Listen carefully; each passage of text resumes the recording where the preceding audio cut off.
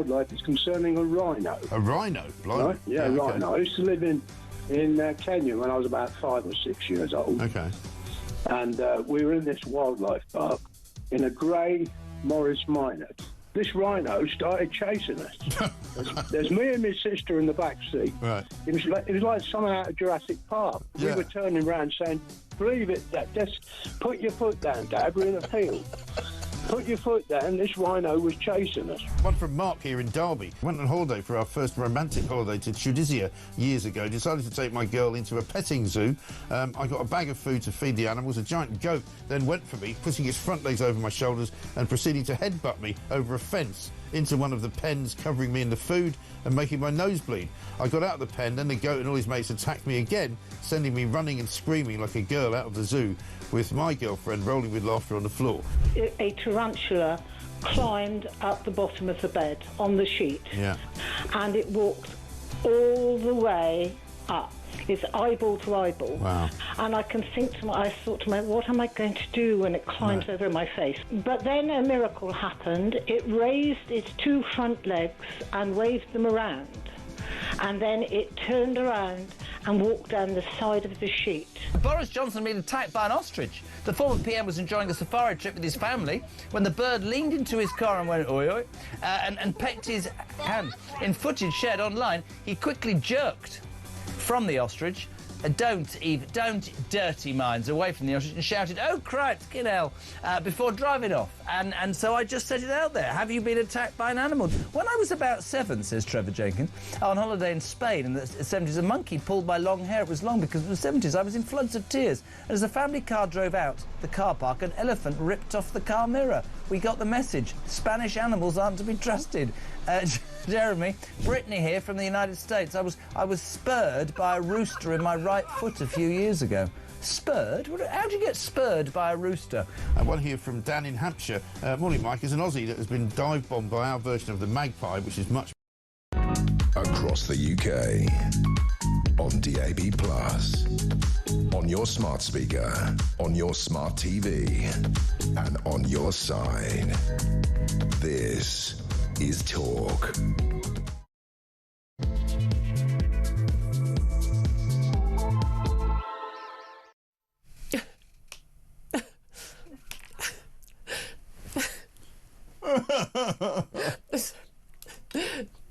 I don't know about you, I'm dealing with some personal matters, and I really can't cope with today, and I've had a row with someone, and I just can't do my job. Yeah, has anyone else ever felt like that? Philip Ingram, as you just heard, obviously feels exactly the same way. I'm Julia Hartley-Brewer. This is Talk. We're the home of common sense, where we don't cry. I'm so sorry, little Rachel Reeves. First woman Chancellor, you don't get to play the woman card and then throw the rest of us under the bus at the first sign of trouble. You cried yesterday, not because you had a row with Keir Starmer or Angela Rayner or the Common Speaker Lindsay Hoyle, or because you weren't backed by the Prime Minister in questions from Kemi Badenoch about your future. And by the way, the Prime Minister's lying. You're not lasting all the way to the next election or beyond. You cried because you're not up to the job. You have been over-promoted, you overfilled your CV, you made claims that were not true. Some might call them actual lies, because most of us could remember whether we'd worked for, 10 years or 5 years at the Bank of England as an economist. Some of us could remember whether we were in the complaints department or an economist at Halifax Bank of Scotland if we'd worked there for a number of years.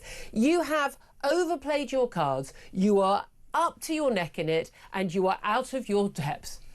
And that is why you couldn't cope with the pressure when it came to it. If it was a personal matter, Rachel Reeves, stay at home. If it was serious enough that you could cry in public, moving the markets, taking £3 billion off the markets, putting the cost of public borrowing up, probably people's mortgages up as a result of what you did, the cost of the pound, people are going on holiday, is going to get fewer euros for their pounds because you couldn't hold the tears back. I'm sorry, Rachel Reeves. As I said yesterday, it's as simple as this. Man the hell up. Anyway, welcome to the show. I think I've got that out of my system. I felt I needed to. You know, emotions, us girls, they do sometimes just overrun, don't they?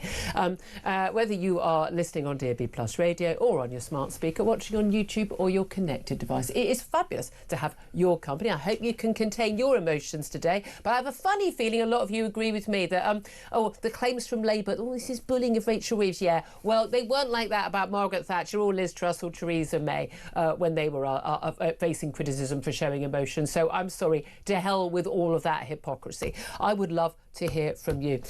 What is your reaction to the Prime Minister guaranteeing Rachel Reeves' job, but only like when being pushed on it? And we'll play you a clip of him on Chris Evans a little bit earlier this morning. What is your reaction to that? 0344 499 1000 is the number to call. You can also text the word talk in your message to 87222. You can also get in touch with us on X at Talk TV. Calls are charged at the national rate. Text costs £1, standard network rate message. Before I tell you all what's going on, the rest of the show, Philip Ingram, as you've heard already, having a little bit of a tearful moment too. Philip Ingram, MBE, is a former senior military intelligence officer and joins us in the studio. Morning to you. Stop your crying. We'll not have any of this. Yes, ma'am. Imagine what our kids are like. Good God. Anyway, we're going to be talking about Rachel Reeves. Talking about the Prime Minister backing the Chancellor, also in a Talk exclusive, you'll have heard this on MG's show as well, desperate council officials are offering landlords lump sums in cash and promising to fully refurb their properties in a frantic scramble to get them to agree to house migrants from asylum hotels. They're offering 5-year leases, you name it. But emails seen by Talk reveal local authorities are offering 6 months' rent up front, plus deposits up front, and redecorating properties if they agree to take them on those long leases. It's extraordinary. Also, latest example, just the latest of two-tier justice. After an engineer, Joseph Haythorne, was jailed for 15 months for a tweet that was near identical to that Lucy Connolly wrote. Both sent them last summer in the wake of the Southport riots. He was jailed for 15 months. She is still serving her 31-month sentence. Why on earth are we getting different sentences for effectively the same crime? We'll talk about that a little bit later as well. Philip Ingram, am I being harsh? Am I bullying Rachel Reeves for not having any sympathy for her tears at PMQs yesterday?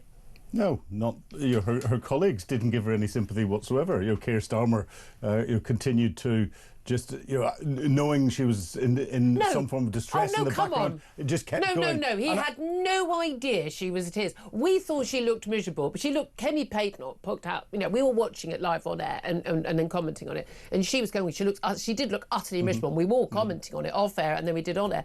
And it was only when we saw a close up we could see the tears. There's no way. I mean, God, I don't defend this Prime Minister often. There's no way he would have known that the woman to his left was crying. The one the face that I thought was told the complete story was Angela Rayner. Oh my goodness! Face like thunder. It was contempt. The contempt she was showing both of them. Because you could see her glancing at both of them, and TikTok, her eyes, when am I getting the top job? Her eyes were burrowing into the back of Keir Starmer. What did you make them? Is Kemi Payton pointed out once again, asking the Prime Minister to guarantee the Chancellor's position yesterday, and everyone's saying, "Oh, this is when the tears started." She was looking visibly upset before then. In fact, she was visibly upset when she entered the chamber, before she had a conversation with the Speaker, Lindsay Hoyle, when he basically said to her, "Look, our little spat in the Commons yesterday when he told her off for giving too long answers had got into the papers, and they shouldn't be having that in public." She'd said to him, "I'm under so much pressure." Now we know this happened. We confirm that this conversation happened. It was witnessed by other people. That has been confirmed. But she was upset before then. But the Prime Minister did, as Kemi Badenoch pointed out. And by the way, Kemi Badenoch had a stonkingly good PMQs yesterday. Now it's all been taken over by this. But she pointed out that the Prime Minister was asked to guarantee her job. He categorically failed to do that, and it was only later on, much later on in the day, that he did actually confirm her job, which I think is very, very telling. It's very telling. The trouble with getting rid of a Chancellor or anyone at that sort of high level in the first year or just after the first year of you being in office is you can't get rid of their successor, because again that's just reinforcing you're stuck with it. The evidence is, Liz Truss more recently, Margaret Thatcher, her day, that once you get rid of a Chancellor, then your days are numbered. She is performing the role of human shield for the Prime Minister, is she not? Because, well, she did the winter fuel allowance. Which is not a very good one. Yeah, and, you know, she did it. She's responsible for those tax rates. But at the end of the day, you know, he's the First Lord of the Treasury. Yes, That's what it says on the Downing Street door, that little sign above the sort of letterbox effect. Well, not a letterbox, in fact, just a plaque. He's in charge. Yeah. Ultimately, it doesn't happen unless he okays it, and he appointed her. But he wants to use her as like the lightning rod to take all the heat. But I suppose the reality is, you know, après moi le déluge, like, how much worse could it be? I mean, look, it's not going to be Angela Rayner as Chancellor, although, you know, she's very good at working out the cash you can get from local councils and the like, isn't she? Everything else, But, I mean, you look at what Pat McFadden, Shabana Mahmood, the current Justice Secretary, I mean, Pat McFadden is itching at the bit. He's sort of, you know, basically his deal maker. He's very, very, very influential behind the scenes. I would say more influential than the Prime Minister. But realistically, the same choices have to be made by whoever is in charge. And they just got worse as a result of her crying publicly in the chamber. Well, it's not just you that got worse from that perspective. It's got worse that the whole thing has made the Labour Party, with this stonking majority, actually show that it is impotent. It can't do anything. Labour lefty backbenchers who will constantly vote for pay rises for everyone in the public sector, up the minimum wage, more taxes on the wealthy, more spending on this, more spending on that, don't cut welfare. I mean, at the end of the day, that's what they want to do. They are not going to allow anything that doesn't do that.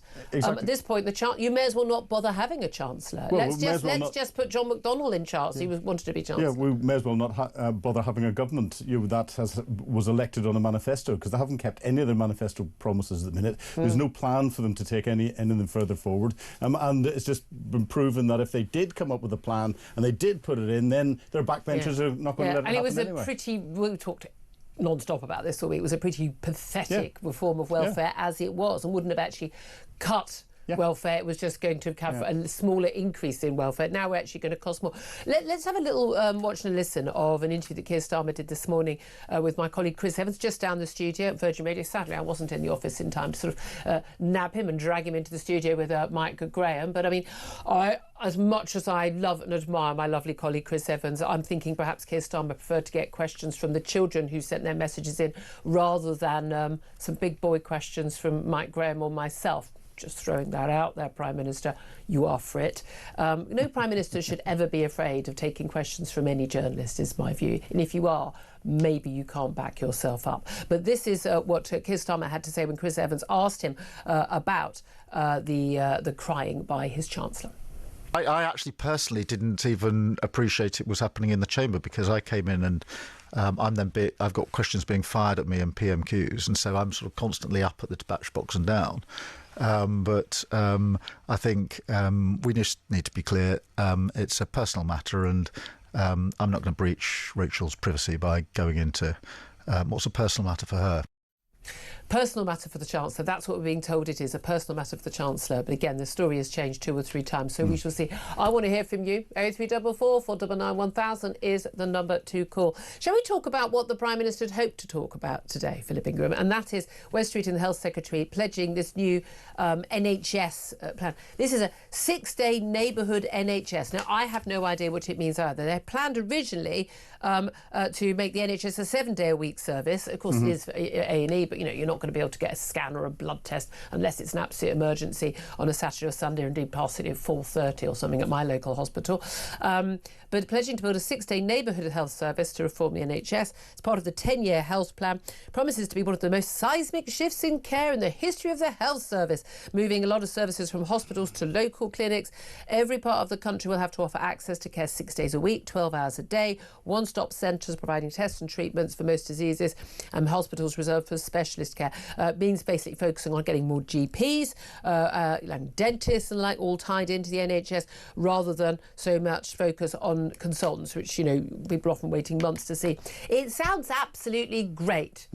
Will it happen? Will it make any difference? Yeah, not so much. Yeah, well, it's back to the good old cottage hospitals that, surprise, surprise, worked in communities, brought communities together, and you know, got people healthy again and then back into work. But if I recollect, back when the Labour government was in beforehand, they tried something similar to bring local diagnostic centres and GP-run local care centres and all the rest of it, and it proved hugely too expensive, significantly more expensive than the big central hospitals. So then changed the plan. But also one of the reasons why at one point they were closing down lots of cottage hospitals was because your chances of survival, if you went to a big teaching central city hospital, you had better chance of surviving than you did if you had a heart attack or anything like that than if you did go to a local place. But again, most people find issues trying to get a GP appointment.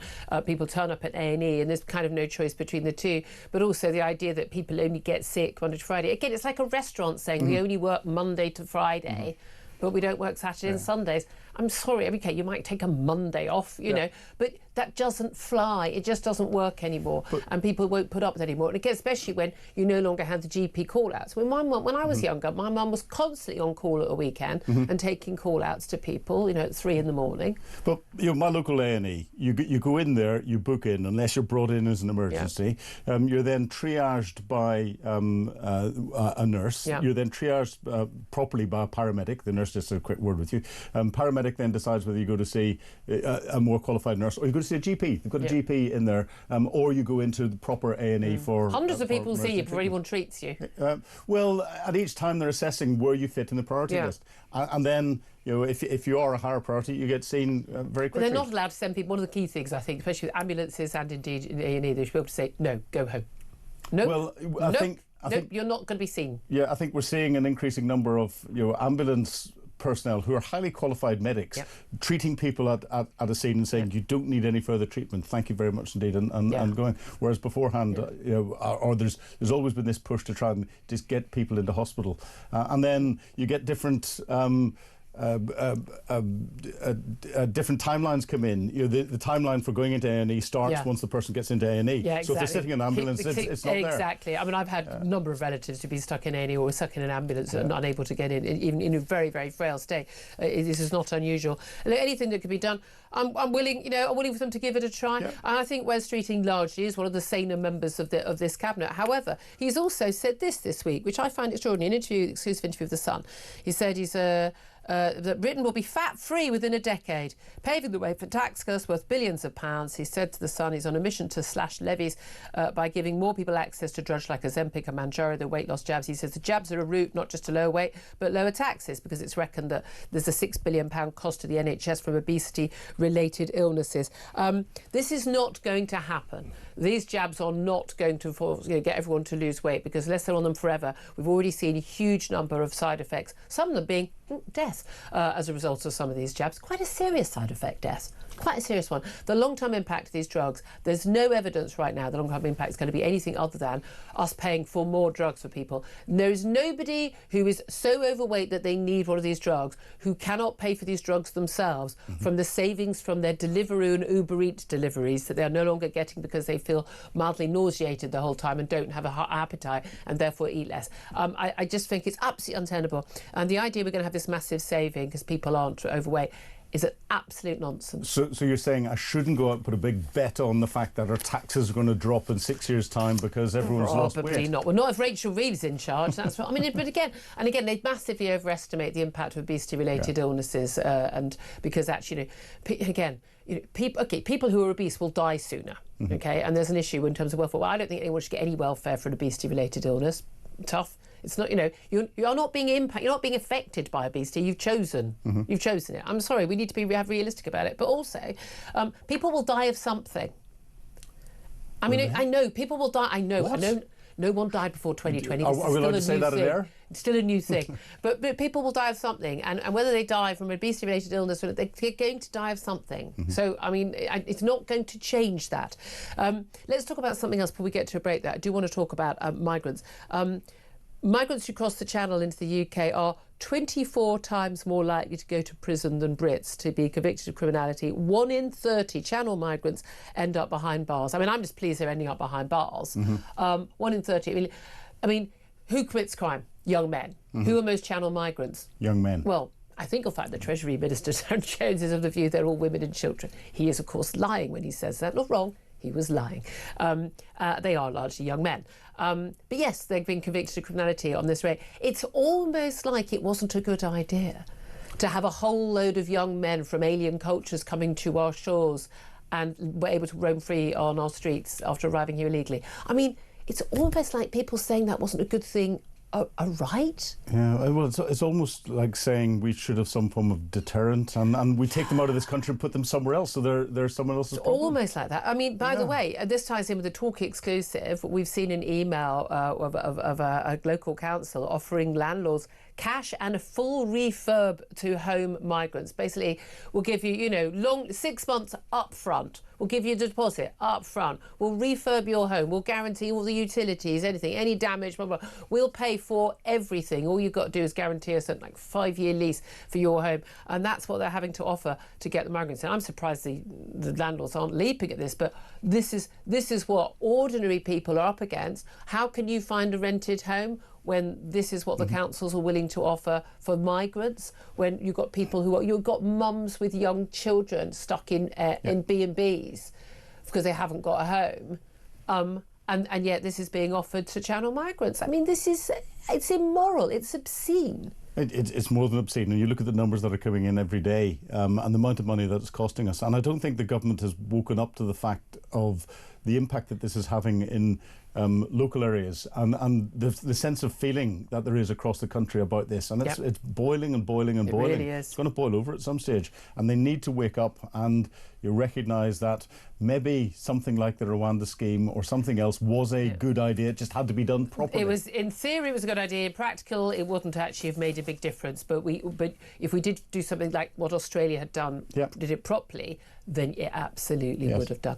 Look, so much more to talk about. I want to talk about P. Diddy, Sean Combs' trial, that verdict, the not guilty and the guilty. Lots more to come, two-tier justice and the like. That's all coming up. First up, they will take a quick break, and then we're going to get to your many calls coming in. 0344 499 1000. What's your reaction to the Prime Minister now guaranteeing Rachel Reeves in her job after she sent markets tumbling by crying during PMQs? Do you have any sympathy for her? Am I being harsh? Am I bullying her? Or does she need to man the hell up? This is Talk.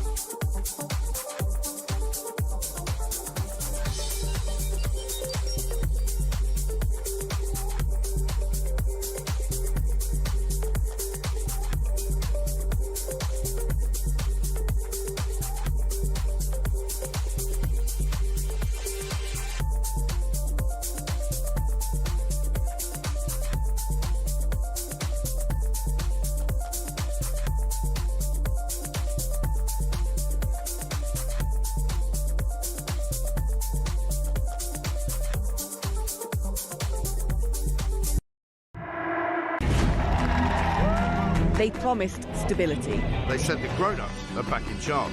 I was so happy you just couldn't believe it. Our work is urgent, and we begin it today. I mean, you couldn't really scrape together a worse gang of misfits to run a dog kennel. Broken promises. Billions blown. Botched U-turns. And Britain is burning. One of the most immeasurably eventful. 1 year in power. And Britain in freefall. It's just been a disaster. 1 year of chaos. Friday, 4th of July. Across the UK. On DAB+. On your smart speaker. On your smart TV. And on your side. This is Talk. This is Talk, the home of common sense. 10:25 is almost the time. I'm Julia Hartley-Brewer. Philip Ingram's still with me. Let's get some of your messages coming in thick and fast about Rachel Reeves. How much sympathy do you have for her? What do you make of Keir Starmer guaranteeing her job after her tearful scenes in PMQs? Let's get your texts and tweets. Adrian says, if she's the best Labour have for the job, then this country is screwed. Jerry says, she's a highly paid person. She took the job with an overly inflated CV. Exactly. She sneers and snorts at the opposition. Her actions have ruined farmers and sunk our communities into fear and depression. Let's balance the empathy.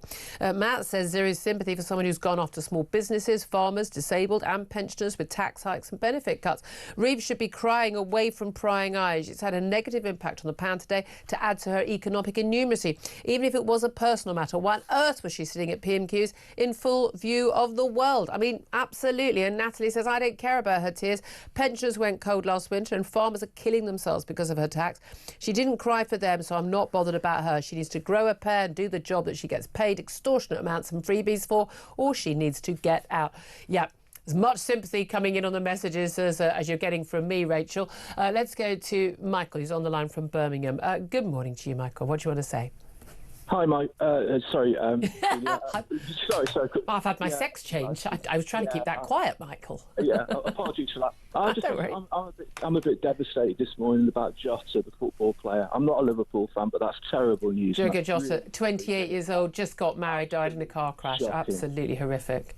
Yeah. But going back to Reeves, I've got some experience in this. I was on a Teams call 4 years ago, and during a break, I got a phone call to say my wife, who was aged 35, had dropped dead. Oh my gosh. I handled myself better than Rachel Reeves. I just, ended the call in a dignified way. That was a terrible optic yesterday.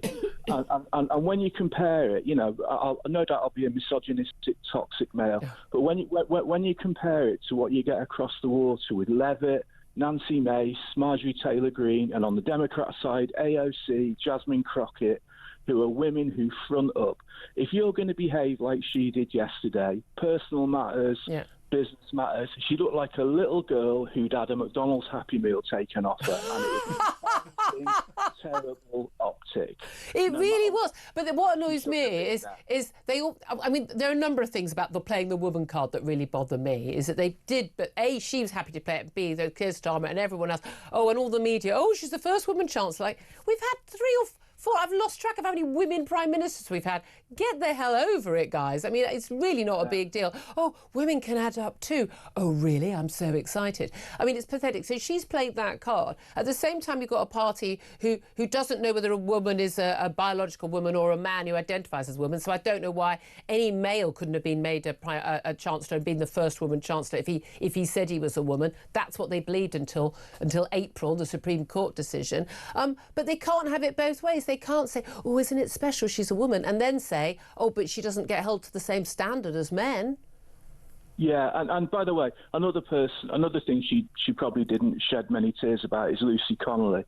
So let's not get any sympathy for her at all. Yeah. If that's the best front she can put on, she frankly shouldn't be in that job, and I don't care how that makes me sound. No, absolutely, Michael. And again, I'm sure everyone listening as well, very, very sorry for your awful loss of your wife. Thank you very much for sharing that with us.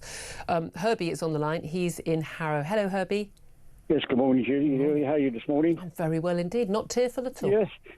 Right. I think that if she had a personal issue, she should have stayed away and, say, made some excuse. But I think the biggest problem is the job is far greater, far bigger than her, and it's far more serious than she can actually handle or to cope with. It's too big. It's too much for her. Yeah. It is. definitely. It's far too greater. It's a far bigger problem than she's envisaged, and I don't think she's capable of handling it. Not at all. It is interesting, isn't it, how some people kind of grow into a role and then the mantle of greatness is put upon them. They kind of grow into it. And some people are just sort of cowed by it and weighed down by it. And I never understood why anyone thought she was credible, but she was the sort of the great white hope. They put, oh, look, we've got this Chancellor, you know, Bank of England economist and all of that. I mean, she never had the gravitas of Gordon Brown. I mean, you know, he made a hell of a lot of mistakes. I disagree with a lot of the things he did, but at least he had some gravitas and, you know, didn't burst into tears in the chamber. I mean, this is a man, by the way, who lost a baby, for God's sake.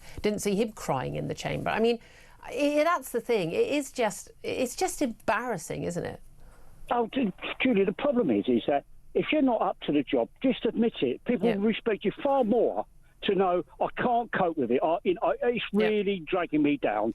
Then we can accept that. And so get on, because the country's far bigger and far more important than she is. And we've got to realise that, you know, the problems that this type of issue relates to, as you say, the stock market, the money market, mortgage, is far greater than her. And she's got to admit, if she admits that, people respect her for it. Yeah, at this time in my life, I'm not up to this job. But we know she's not up to the job because her CV was a whole phalanx of lies. And again, if you can't handle the heat, get out of the number 11 kitchen. Fabi, thank you very much. I'd love to know, is there anybody listening who has sympathy, who thinks we're being horribly bullying and nasty? If you've got any sympathy for Rachel Reeves, I would love you to call in, and I'd love to hear your thoughts on that. Philip Ingram, you've got, you and I, just got zero, zilch, de nada sympathy here. Well, and it's not just for her; it's for the government at the minute. We've got two-tiers Reeves and two-tier Keir are just not up to the jobs that they're doing, and that's been proven. They can't get one of their flagship bills through Parliament with the majority that they've got.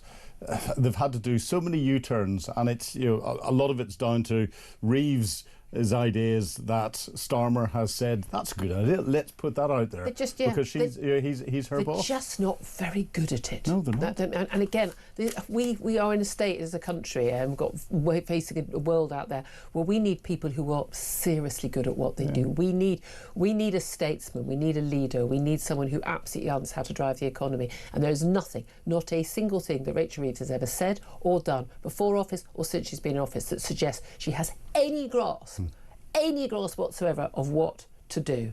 She's got to go. She's got to go. The trouble is, she is a very useful human shield for the Prime Minister, isn't she? Because we're criticising him. He's not getting the criticism. Well, I'm going to talk about this with someone who's been watching politics for many, many years, the former political editor of The Sun, Trevor Kavanagh. He's up next. Stay tuned. This is Talk.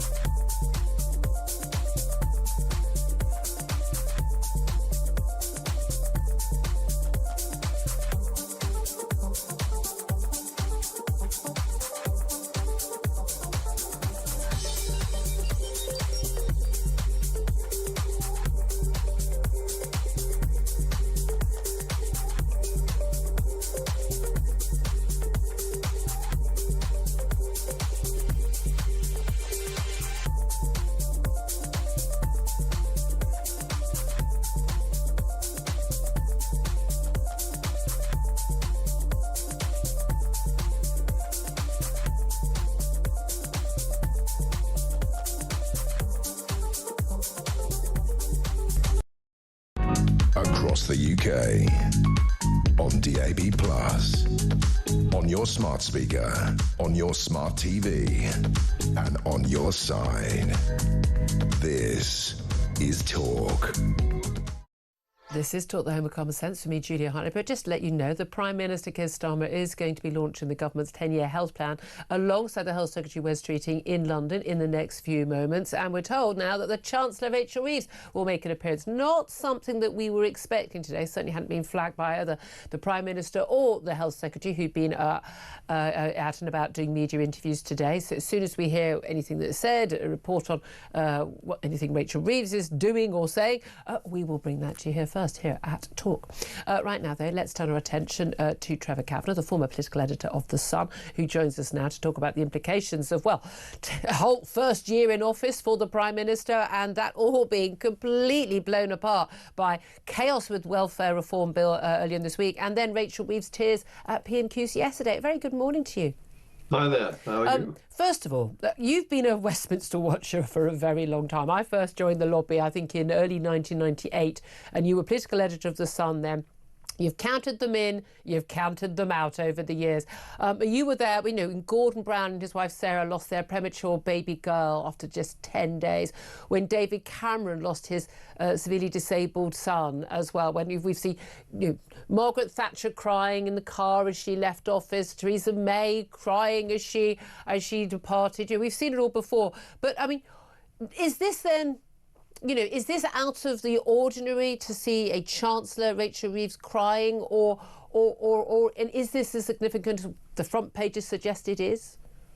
Oh, absolutely. I mean, you say that I've counted them in and counted them out. This one I'm counting out. It's a matter of time. She's a goner. She's a dead woman walking. You cannot cry in the House of Commons in that way, sobbing behind the Prime Minister on camera, in such an embarrassing way for this government that he had to actually cut a podcast in which he was saying something about the NHS while she was sobbing behind him. This is the impact on the money markets that we've just seen, with a sharp drop of the same sort of scale as the Liz Truss crisis. Really destroys all credibility of this government and its economic policies. And it won't be the last, because I think that Rachel Reeves is on the way out. It's a matter of time only. And when she's replaced, we will see even worse. I mean, what we really have to grapple with here is the fact that the successors to Reeves, and I think eventually Keir Starmer, could be worse. That's the thing. I mean, certainly, Angela Rayner is definitely on manoeuvres, and we know that some of the more sort of, I think you and I would regard as saner, more sensible members of the cabinet, like Wes Streeting, the Health Secretary, frankly, if you look at the polling of Labour Party members, doesn't stand a chance. But we may be sort of getting ahead of ourselves, because there is an argument that, Keir Starmer may think that Rachel Reeves is a liability, but she's a very useful lightning rod. All the criticism is going to her as opposed to him. That is true, but it's temporary, because that cannot endure. The markets are the ones that rule this country in the end. He can make all the messes that he likes in the course of his first year in government, and to be fair to him, he's done a hell of a lot of that. But it can't last forever. Starmer is basically the hostage now of Angela Rayner and the left of the party. Yeah. He cannot stand up against the Labour MPs when it comes to the pay demands of the doctors, which are looming, and the public sector workers generally. All of these will be waved through.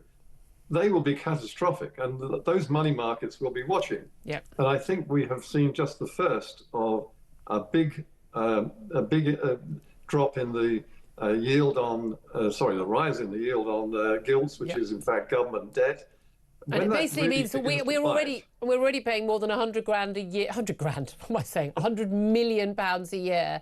100 billion. I can't even get. 100 billion. The numbers are so crazy. I can't. My head won't let me. 100 billion pounds a year just in the interest on the debt. It's like having a mortgage with 100 billion quid, but it's only an interest only. You're not actually paying back the actual cost of the loan, and that's what we're paying. And that's going to go up as a result of her having a little tearful session and having a personal matter. That is untenable.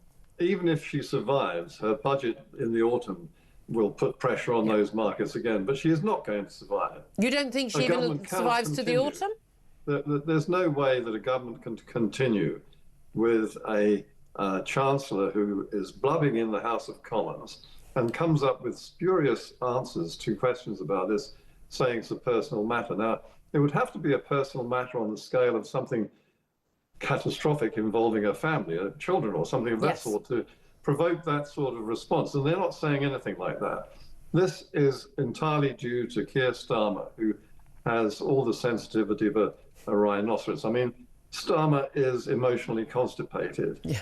He's supposed to be a silver-tongued KC, an Oxford-educated man who should be able to think on his feet, and yet he has all the verbal dexterity of a GCSE failure. These are important skills for a Prime Minister. And He's kind of emotionally on the spectrum, isn't he? He just is so wooden, and he can appear normal at times. You know, I've met him in social situations, won't ever be interviewed by me, shocker.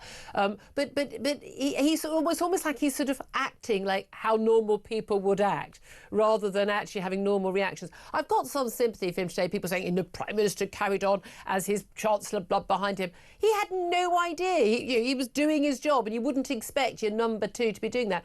But do you genuinely think that she won't last till the autumn? Because is it like that her credibility is sunk? Because I never understood why people thought she had credibility even before we found out that her CV was just a whole bunch of lies. I thought she's never said or done anything that to me gave me faith that this was a woman who was on top of her brief and would make a good Chancellor. I never got it. People played along with this madness. Once her CV lies, and the odd lies, were exposed, she should have been out on her ear, shouldn't she? Well, I think so, but the tragedy is, Julia, that she is the best of a bad bunch when it comes to the economy. Wow. Wow. Yes, I mean, she does have the wish to stabilise the economy. She simply bungled the whole thing because she's incompetent, as indeed the entire government is incompetent. But her intentions are in the right place. It's just that she didn't know how to put it into operation in a party which will not wear the measures that need to be taken to save the economy. And the thing about Starmer, he likes to say that he's very happy to be ruthless. But the real word that he's looking for is unscrupulous. Yeah. This is a man who is totally unscrupulous. He doesn't have any regard for anybody but himself and his ambition. And that's all he does have, is ambition. He has no plan, no theory. How on earth did, after 14 years in opposition, did they end up with a welfare reform bill that he hadn't even read? No, exactly. I mean, I was saying on the show yesterday, he's literally just an empty suit, and he didn't even buy the suit himself. There's got no plan, no ideology, no moral mission. And this is the problem. But a lot of people say, well, they don't mind that because, he'll be a good, quiet, competent manager after the chaos of the Tories. He's not even a competent manager. He hasn't even got those skills. That is the bit that I think people are flabbergasted by. We're approaching, tomorrow, Friday, is the anniversary of that election victory. Saturday's the anniversary of him becoming Prime Minister, returning to Downing Street, ending the chaos, massive majority. Now, you and I will remember very vividly that, a new dawn has broken, has it not, when Tony Blair took office in 97. And, a year after he took office, the economy was in a lot of a better state. He had much more of a united party. He had a Chancellor, whether you agree or disagree with what he did, you had some bottom turns, some intellectual credibility in a way that Rachel Reeves doesn't. But Tony Blair was riding high in terms of net approval ratings a year into his premiership. Keir Starmer is, the worst rated Prime Minister since records began with these sorts of ratings. What do you put that down to? And is there any way that he can save his premiership? I think not. And the reason is because I think that the words that were used when he won that election will sound very bitter, I think, and taste bitter in his mouth, which is, now it's the turn of the grown-ups. And they are not grown-up. They're children, really, in terms of political acumen, and they're student politics. Yeah. And there isn't one amongst them. Wes Streeting might emerge as a guy who might, in the heyday of Blair and Thatcher and other governments, have emerged as a cabinet minister or a junior minister, but Prime Minister, I don't know. But the awful thing, Julia, is that it isn't just that we've got this government in trouble. It's what's going to happen over the next 4 years. Yeah. We will see a different Chancellor of the Exchequer, and they will all be at war with the party unless they are of the left. We will see a different Prime Minister almost inevitably at some point in the next 4 years. And who are the candidates? Angela Rayner and Ed Miliband. I mean, this is a horror story. No, wait a minute. I will start crying. Trevor, for the love of God. I mean, he almost did it in 2015. This is the terrifying. If you see Philip Ingram's face right now, that is an absolute picture. I'm going to have to, in shock now, leave it on that note. Trevor Kavanagh, thank you very, very much. He's counted them in, he's counted them out. Former political editor of The Sun. He knows a lot of these people, seen them up close over the years. Philip Ingram, I mean, there is an argument, isn't there? Be careful what you wish for. Well, exactly, and we did tell lots of people before the last election that whoever comes in next could be worse than the people that are in now, and I think we're coming up with a one-year report card, and that's going to be proven. I think the view of a lot of people who either didn't vote Tory or voted Reform to get Tories out was the Tories were so bad it didn't matter. They couldn't. The view was they couldn't. They deserved to be punished, and they couldn't be. The next lot couldn't be as bad as the Tories. Or if they were worse, well, so what? Everyone's going to have a little dose of Labour to realise their error of their ways, whether it's the Tories or anyone else. My view is genuinely, I can sum it up in this, I knew they would be bad. I had no idea they would be this bad. They have exceeded all low expectation. 10:45 is the time. I'd love to hear from you. 0344 499 1000 on the Chancellor getting the vote of confidence, guaranteed her job from the Prime Minister despite those tears at PMQs, which they saw the markets tumble and the cost of government borrowing go up. Is she going to last in her job? I'd love to hear your thoughts. Any sympathy for her? I'd still love to hear from someone. No one yet, but if you genuinely have sympathy, if you think we're all being horrible and bullying, give me a call. 0344 499 1000 is the number to call. Up next, we're going to be talking about two-tier justice. Once again, someone else gets convicted of a crime and gets half the sentence that Lucy Connolly got, for someone this time, for a tweet that's pretty much the same as hers. So what's going on, and why is she still behind bars? This is Talk.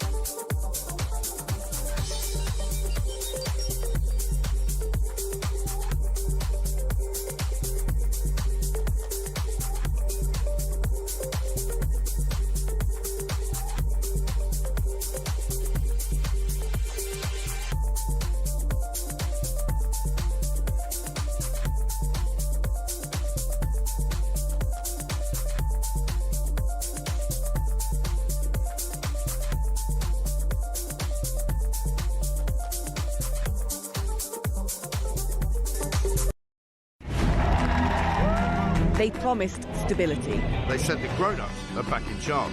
I was so happy you just couldn't believe it. Our work is urgent, and we begin it today. I mean, you couldn't really scrape together a worse gang of misfits to run a dog kennel. Broken promises. Billions blown. Botched U-turns. And Britain is burning. One of the most immeasurably eventful. 1 year in power. And Britain in freefall. It's just been a disaster. 1 year of chaos. Friday, 4th of July. 9 p.m. Across the UK. On DAB+. On On your smart speaker, on your smart TV, and on your side. This is Talk.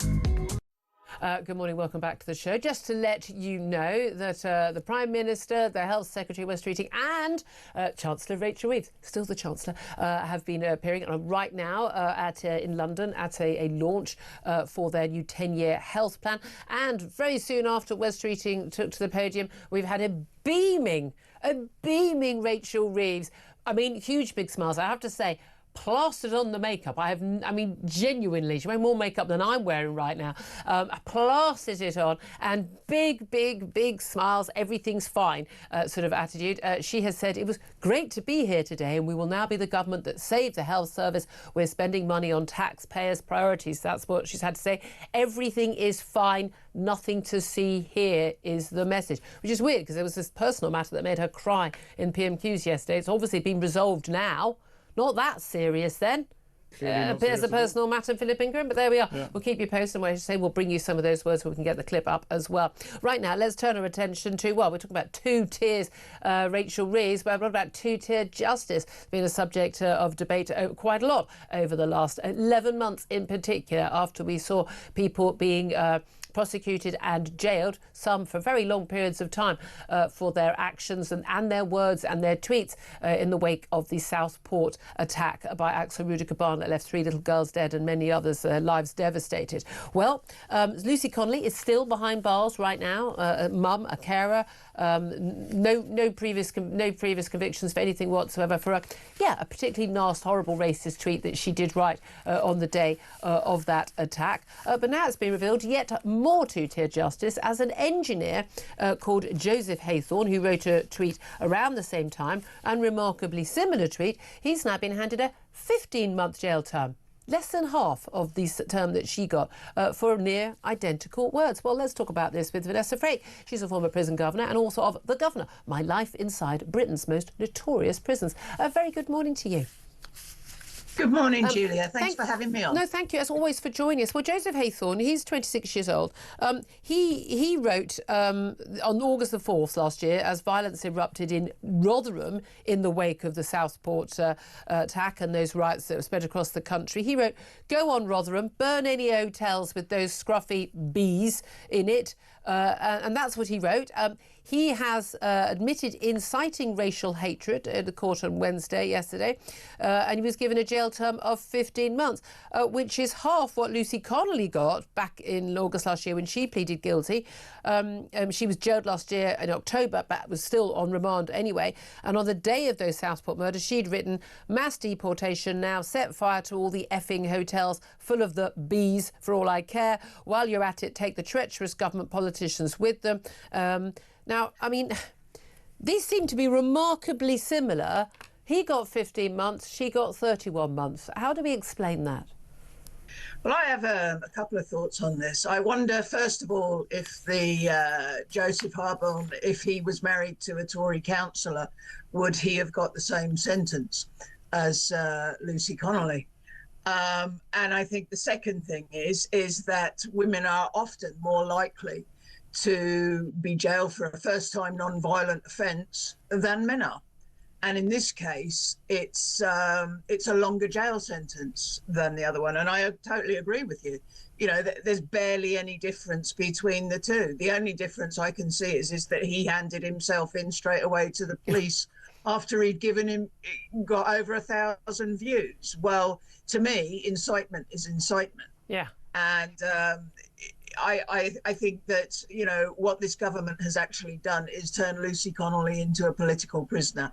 Well, yeah, and through their own actions. And again, I don't like what she wrote, and I don't really like her being fated as, as this wonderful, angelic figure. She wrote a really nasty thing, and I completely accept that. Look, she's lost her child herself, and therefore she would feel the deaths of these little girls more than the average person. I completely accept that, and it's clear to me that her mitigating circumstances were not accepted in court. The fact that there were, she's accused of racism, and actually we were told at the time, which is why I supported her being locked up, that she'd written other racist tweets. She hadn't.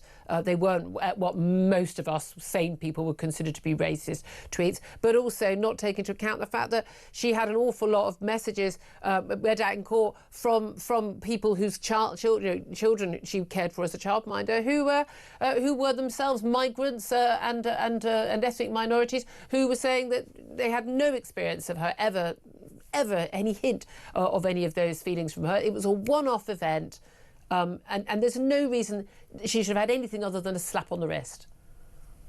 Yeah, I absolutely agree with what you said. I think over the years, women have often been seen by judges as, well, they should know better. They have children, and of course men will do horrible things. Yep. But I mean, I think most people will be stunned that women are more likely on a first offence that is non-violent to go to jail than a man. I think most people would be blown away by that stat. There are more women who are locked up for non-violent offences than men. And there are very few women who are locked up. 4% of our jail population is women. To my mind, I think, well, not only did she not get her appeal, which I have to say probably like the majority of the population were stunned that she didn't get her appeal. I think she's well learned her lesson. We're begging for prisoner places. Yeah. And we're clogging our jails up with people who have done wrong, yes, absolutely, but who would be better served serving that sentence in the community. Yeah, she'd already deleted the tweet, said she regretted it. Again, there's just no reason at all. We didn't need the deterrent, we didn't need the punishment, and as you say, we've got shorter prison spaces. I mean, it's also interesting. I mean, Chris Philp, the Shadow Home Secretary, who's taken this cause on, he said there are a lot of inconsistencies in sentencing. He points out also a rapist, and we discussed it on the show, I remember at the time, recently received a 28-month sentence, and the Attorney General, Lord Hermer, refused to allow that sentence to be reviewed. And he said it cannot be right that Lucy Connolly got a longer sentence for a tweet than someone convicted of rape. Richard Tice from Reform has said another ludicrous sentence. And the reality is, people who are, committing violent offences, people who are committing, numerous offences, acquisitive offences like, 100 shoplifting offences, are getting shorter sentences than someone who wrote something. That cannot be how we do justice in this country. No, but our justice system and the judges that are within that system look at women in a different light, and that is plain to see. They are part of the male patriarchy, which whether I'm not being sexist or not, but they are.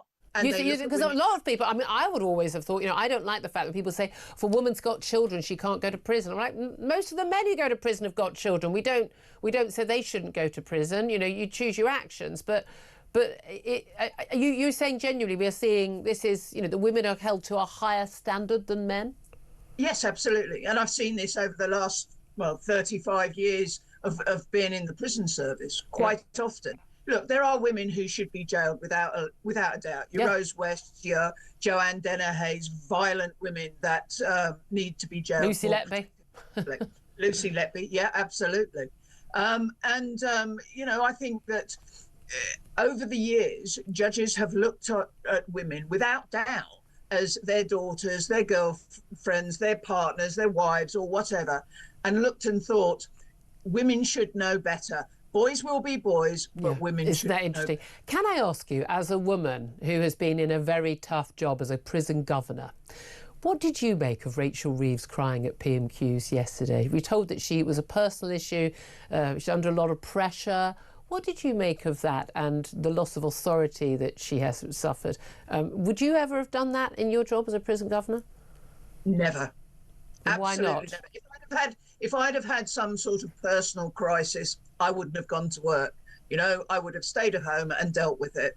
I think I am all for women in positions of power, providing that they do a good job and are seen to do a good job. And I think this shows a weakness But in all fairness, it's a weak government all told.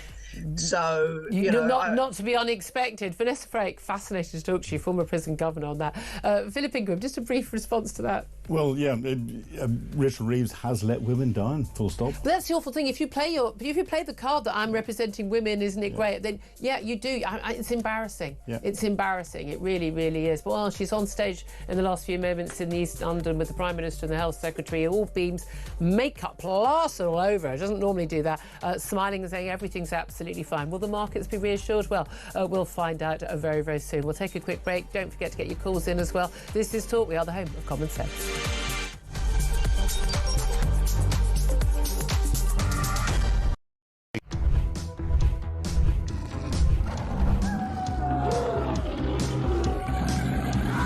We've just been talking in the office here about how many of us have been attacked at some point or other by some form of flying beast or any wildlife. I mean, so we'll take your stories this morning. Hello, this story is concerning wildlife. It's concerning a rhino. A rhino? Right? Yeah, okay. Rhino. I used to live in Kenya when I was about 5 or 6 years old. Okay. And we were in this wildlife park in a grey Morris Minor. This rhino started chasing us. There's me and my sister in the back seat. Right. It was like something out of Jurassic Park. Yeah. We were turning around saying, "Believe it, Dad. Just put your foot down, Dad. We're in a field. Put your foot down." This rhino was chasing us. One from Mark here in Derby. Went on holiday for our first romantic holiday to Tunisia years ago. Decided to take my girl into a petting zoo. I got a bag of food to feed the animals. A giant goat then went for me, putting its front legs over my shoulders and proceeding to headbutt me over a fence into one of the pens, covering me in the food and making my nose bleed. I got out of the pen, then the goat and all his mates attacked me again, sending me running and screaming like a girl out of the zoo, with my girlfriend rolling with laughter on the floor. A tarantula climbed up the bottom of the bed on the sheet. Yeah. And it walked all the way up. It's eyeball to eyeball. Wow. And I thought to myself, what am I going to do when it climbs over my face? But then a miracle happened. It raised its 2 front legs and waved them around. And then it turned around and walked down the side of the sheet.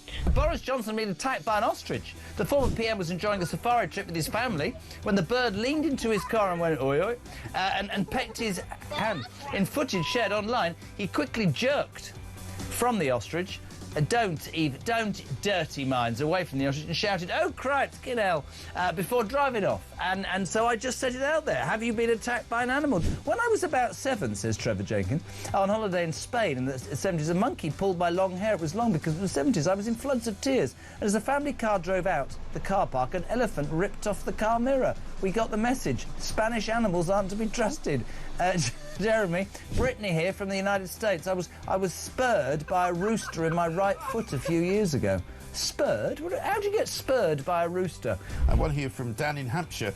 Morning, Mike. Is an Aussie that has been dive bombed by our version of the Magpie, which is much bigger. Across the UK, on DAB+, on your smart speaker, on your smart TV, and on your side. This is Talk.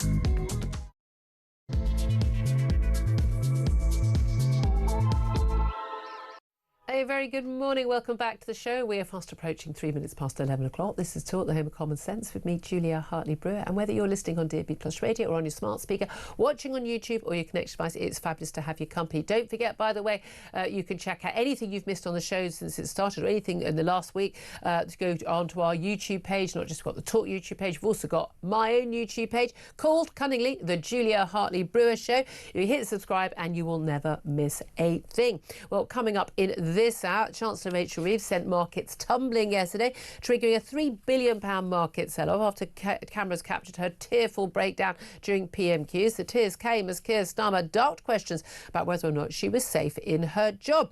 Rachel Reeves told colleagues that she was feeling under pressure following a series of humiliating U-turns. She'd had a bit of a beef with the Commons Speaker just before PMQs. There had been denials that she'd had rows with the Prime Minister and the Deputy Prime Minister, Angela Rayner. We were told it was a personal matter matter to upset her. But in the last half hour, she has appeared on stage at a podium alongside Keir Starmer and the Health Secretary Wes Streeting in the East End of London, launching the government's 10-year health plan. I have to say, she's gone on stage, big smiles, all beaming, everything's absolutely fine, nothing to see here. With, as any woman can tell you, the amount of makeup that would tell you that someone has been crying all night, I'm sorry, absolutely plastered in heavy, heavy, heavy dark makeup, big blusher. I mean, something is seriously going on, but we're going to be talking about that. I'd love to know how much sympathy you have for or not. Do you think that the Prime Minister is lying when he says he guarantees her job until the next election? Some of us pointing out, we spoke to Trevor Kavanagh, former poll head of The Sun, a little bit earlier on the show, that, he can't even guarantee his own job until the next election. What's your reaction to all of that? Give us a call, 0344 499 1000. Text the word talk and your message to 87222. Get in touch with us on X at Talk TV. Calls are charged at the national rate.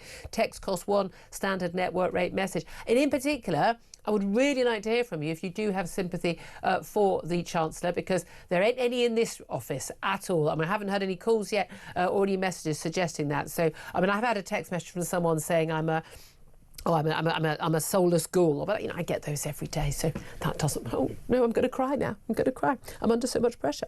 Anyway, also going to be talking about a Talk exclusive. Desperate council officials are offering landlords not only these 5-year leases, but cash lump sums, 6 months rent paid up front, a full refurb of their property in return for, please house some of our channel migrants that we need to house. They're even taking, anything will do to get those properties. And of course, how on earth can ordinary families young people trying to get onto the rental market, how on earth can they compete with that?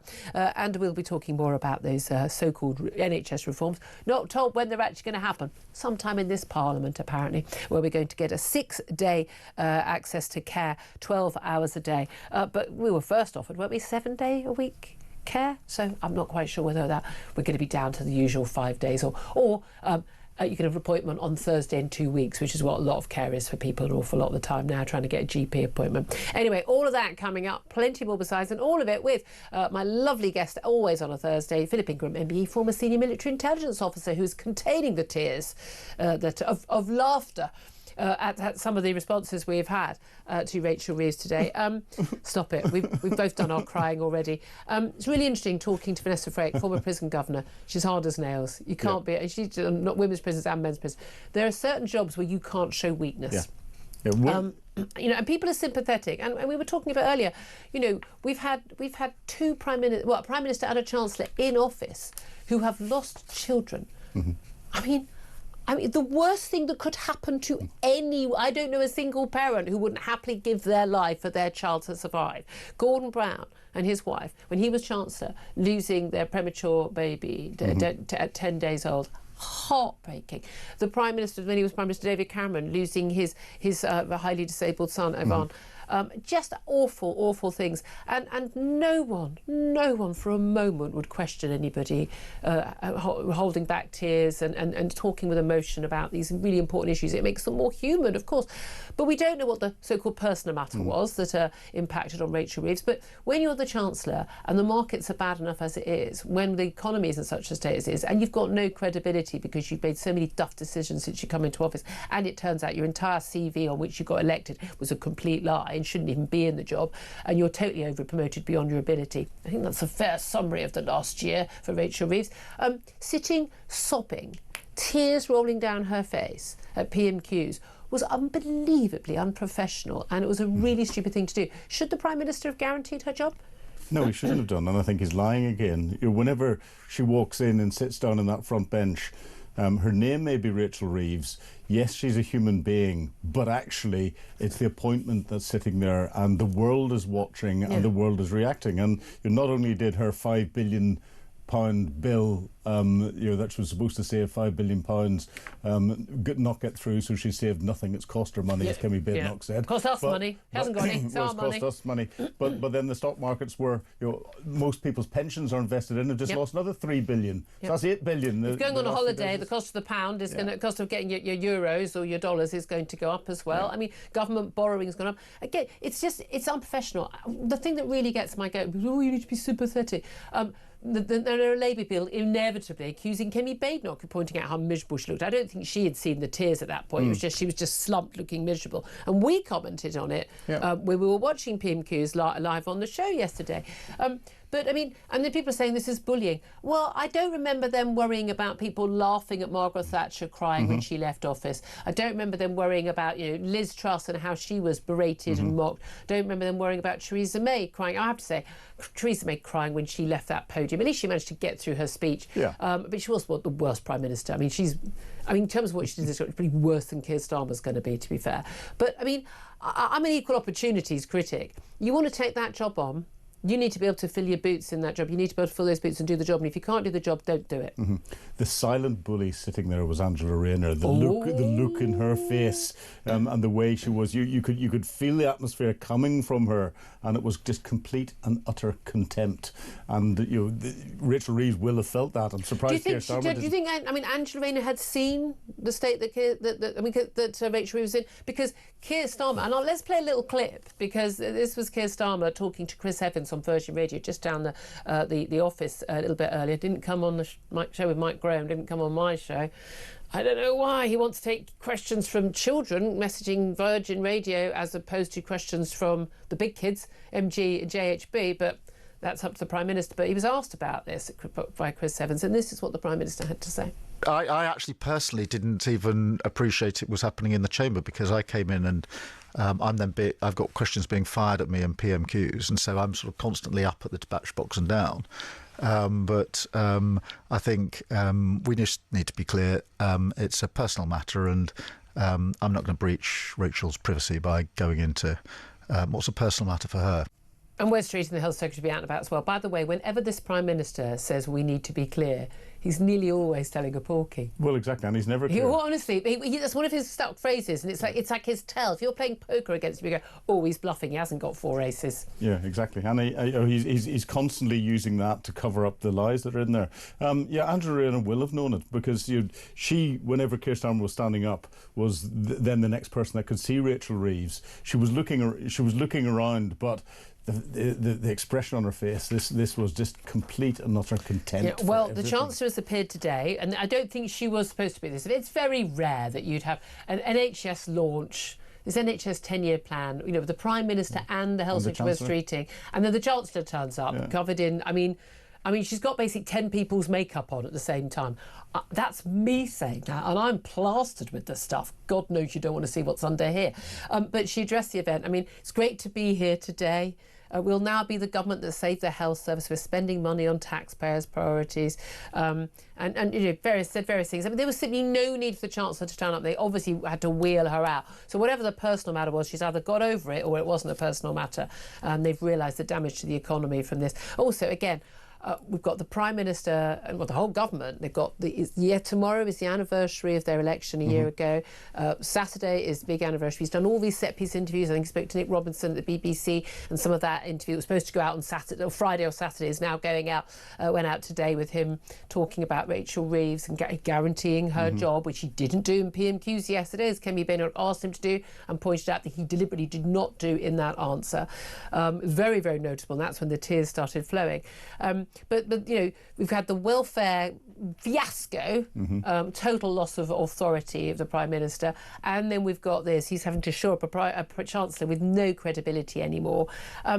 It's not going very well, is it? I think that's an understatement. I think that's a big understatement, and it's not just that. The U-turn on the winter fuel allowance, the fact that the markets are not growing in the way that they needed to grow to meet the 2.5% was what was needed.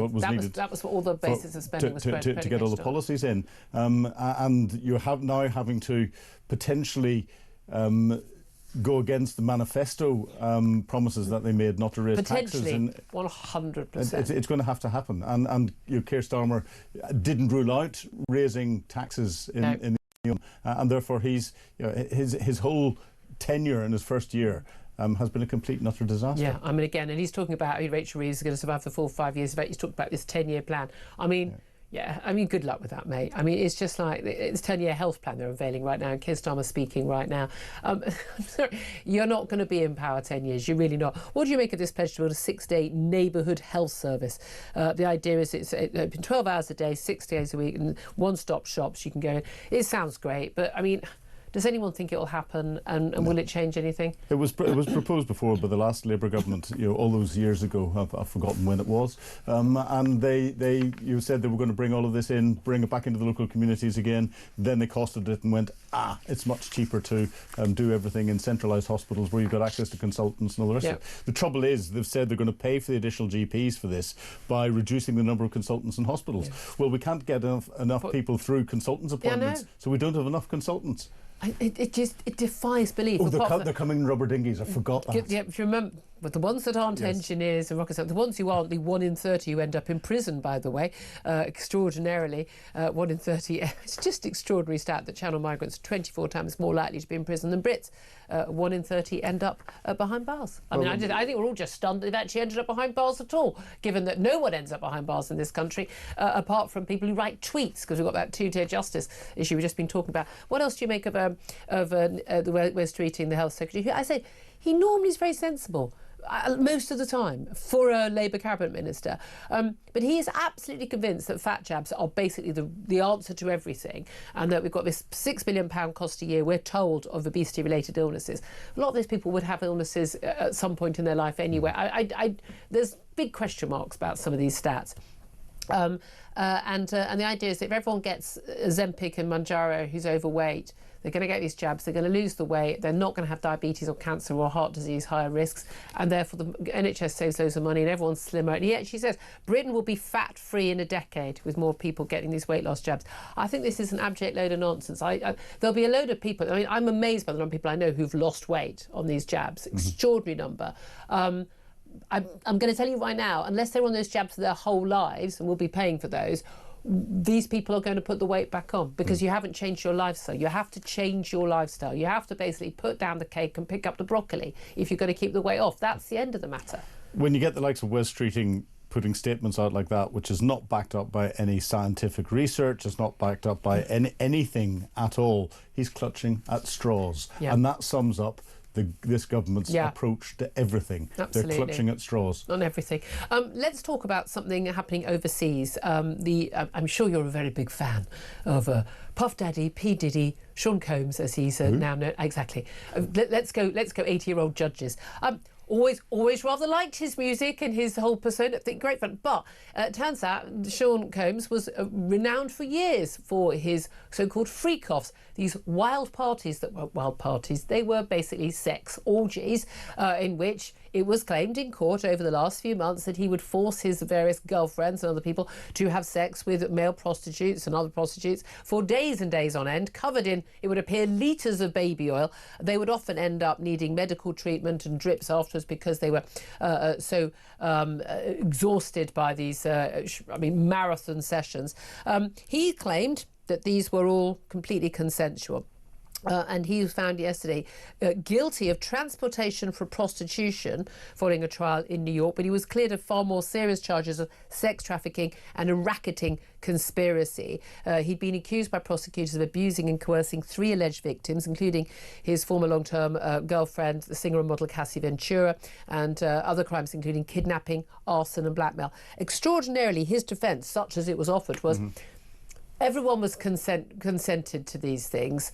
And his defence was he was a domestic abuser. He was a very violent man. He's had to admit to that because, of course, there's video footage of him in a hotel corridor when Cassie Ventura tried to leave a hotel room, of him coming out in a towel and grabbing her, dragging her by the ground, kicking her and punching her. I mean, it's the most horrific video. And he did that somewhere public, so it tells you what the hell was going on behind the scenes.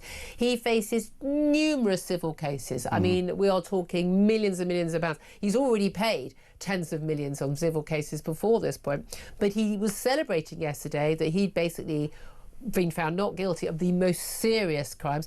He's a first-time offender, so unlikely that he would face the 20-year maximum for this. But do you think justice was done yesterday in the court? Well, I found it quite interesting. He's been remanded in custody until October, whenever his sentence. And he's been in custody for most of the last year. Exactly. And his lawyers turn around and say, he's been convicted of crimes that can have him locked away for 10 to 20 years. His lawyers turn around and say, this is this is a spectacular result. This is fantastic. This has shown him to be innocent of. Well, no, he's not. He's been found guilty of some heinous crimes.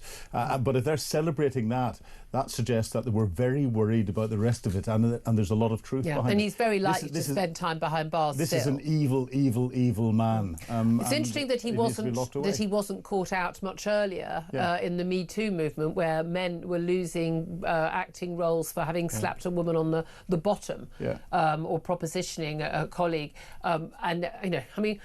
Defence Secretary lost his job because 20 years beforehand he put his hand on my knee. It didn't bother me. I told him I'd punch him in the face if he did it again. He'd done it 3 times. I felt that I'd dealt with the situation adequately. For some reason, me saying I'd punch someone in the face did seem to have some resonance with Michael Fallon. But he ended up losing his job because we were in a mad world at this point. And I think it's very interesting that some people were just protected, and he was among them. My issue with these people is they're just some horrible, nasty, controlling people. Clearly, he's a nasty little piece of work. It's the people around them, whether it's Harvey Weinstein, whether it's the likes of Jeffrey Epstein, whether it's Sean Combs.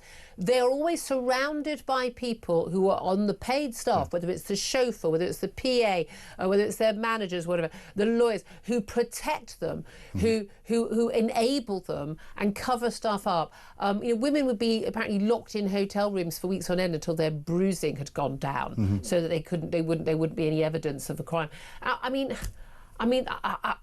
It's the people around them who are the problem to me. And this links simply like the grooming gangs. The same thing. The grooming gangs, the rapists, the men who groom little girls to then gang rape them and abuse and torture them are awful, terrible human beings.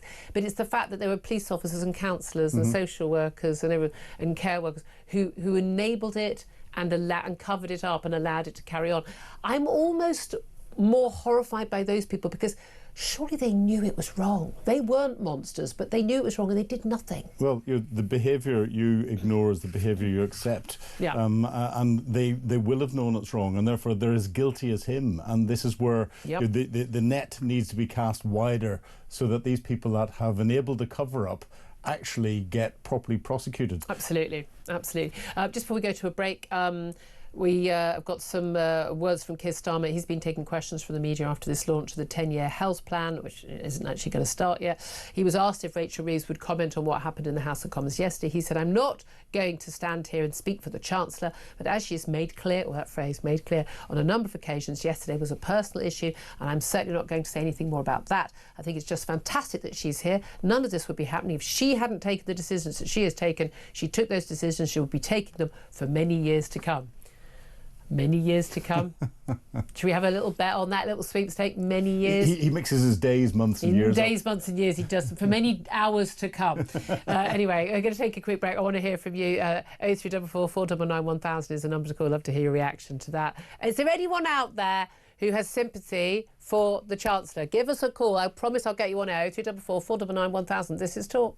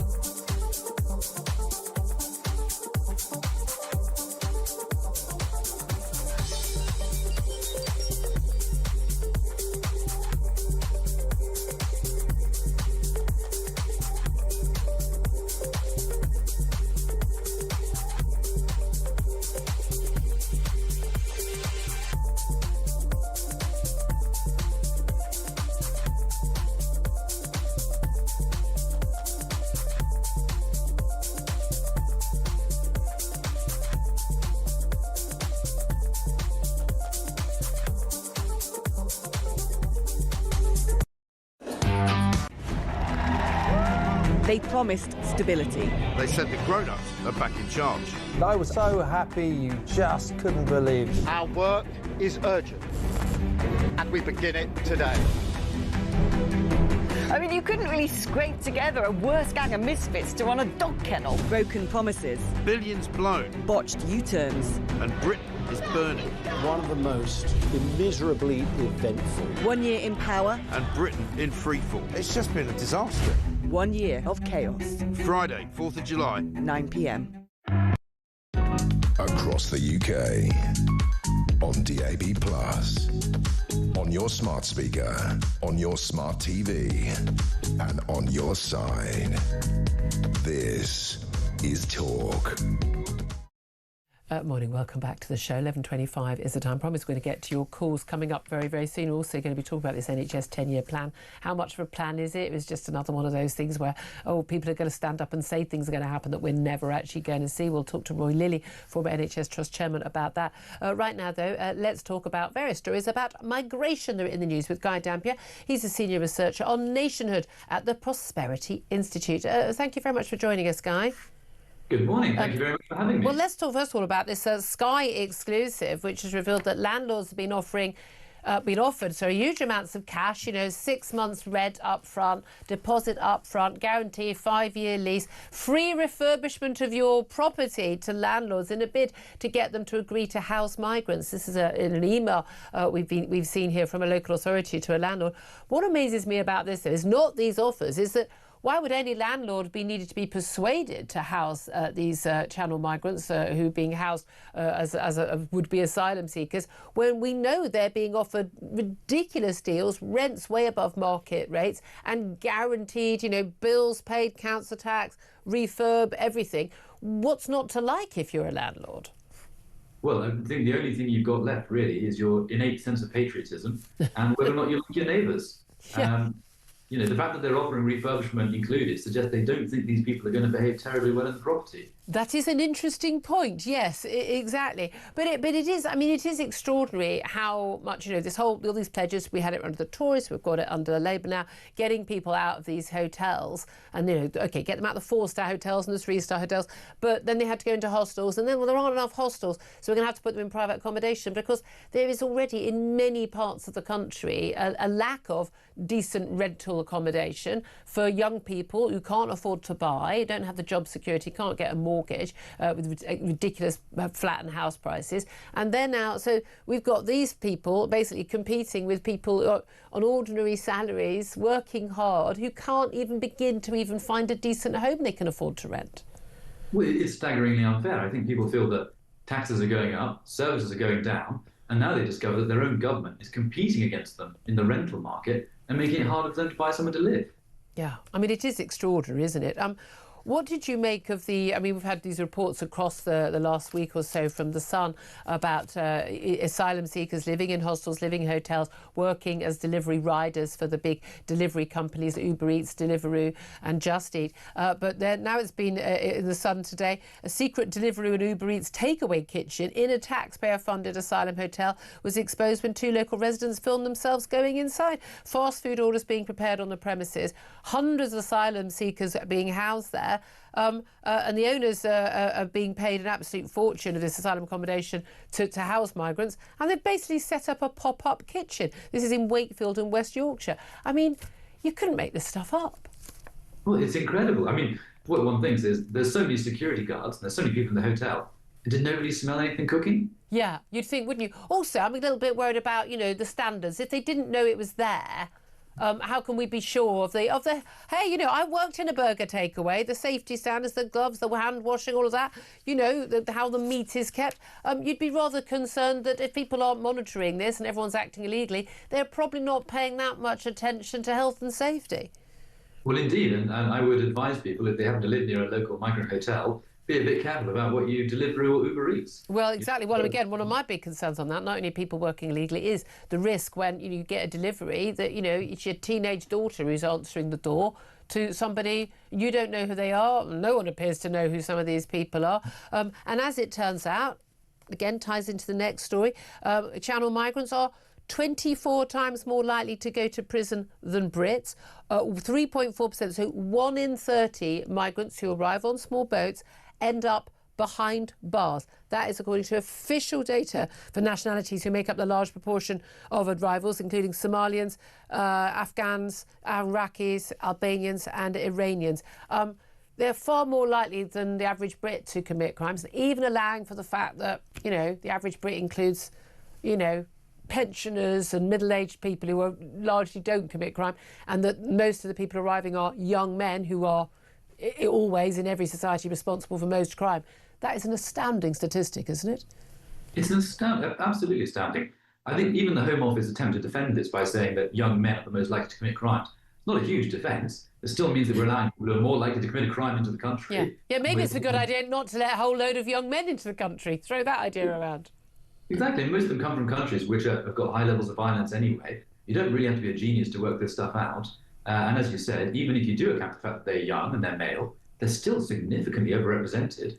And it doesn't even include those of foreign who are dual passport holders, who have foreign nationality and British nationality. Yeah, absolutely. That could be even higher. I mean, but that's the thing. Do you think, though, this whole idea that we've had for years about these are illegal migrants, but legal migrants being a boon to the economy, culturally, diversity, the economic benefits of people coming here, filling those jobs which apparently we can't or won't do, that has now been exploded. The idea of this whole, like, well, we should take in the world's, you know, masses who are desperate to get to us from lovely, sunny, nice France.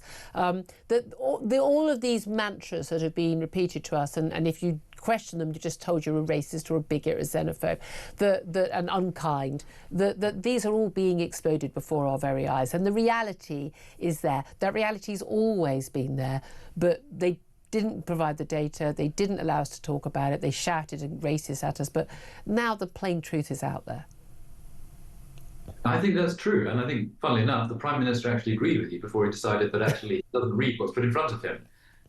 We know that Yvette Cooper has bowed to pressure. She's going to do migrant crime tables. Well, the reason why is because you have to freedom of information request things to discover what was obvious to most people. Yeah. The real shock for me is, why was the government not doing that in the first place? But again, also, why? I've always think, if people are so convinced, and this Labour Party have been so convinced, Yvette Cooper's basically open borders to all intents and purposes before she became the Home Secretary. But if these people are so convinced it's all such a good thing, surely they'd want all these stats out there to show what a boon to the economy it is, what a great impact on our culture, and how wonderful these people are who are arriving on our shores. Surely they'd want those stats out there. Or did they know the truth, in which case that's why they didn't want those stats out there? Same with the Conservative government that oversaw all this as well.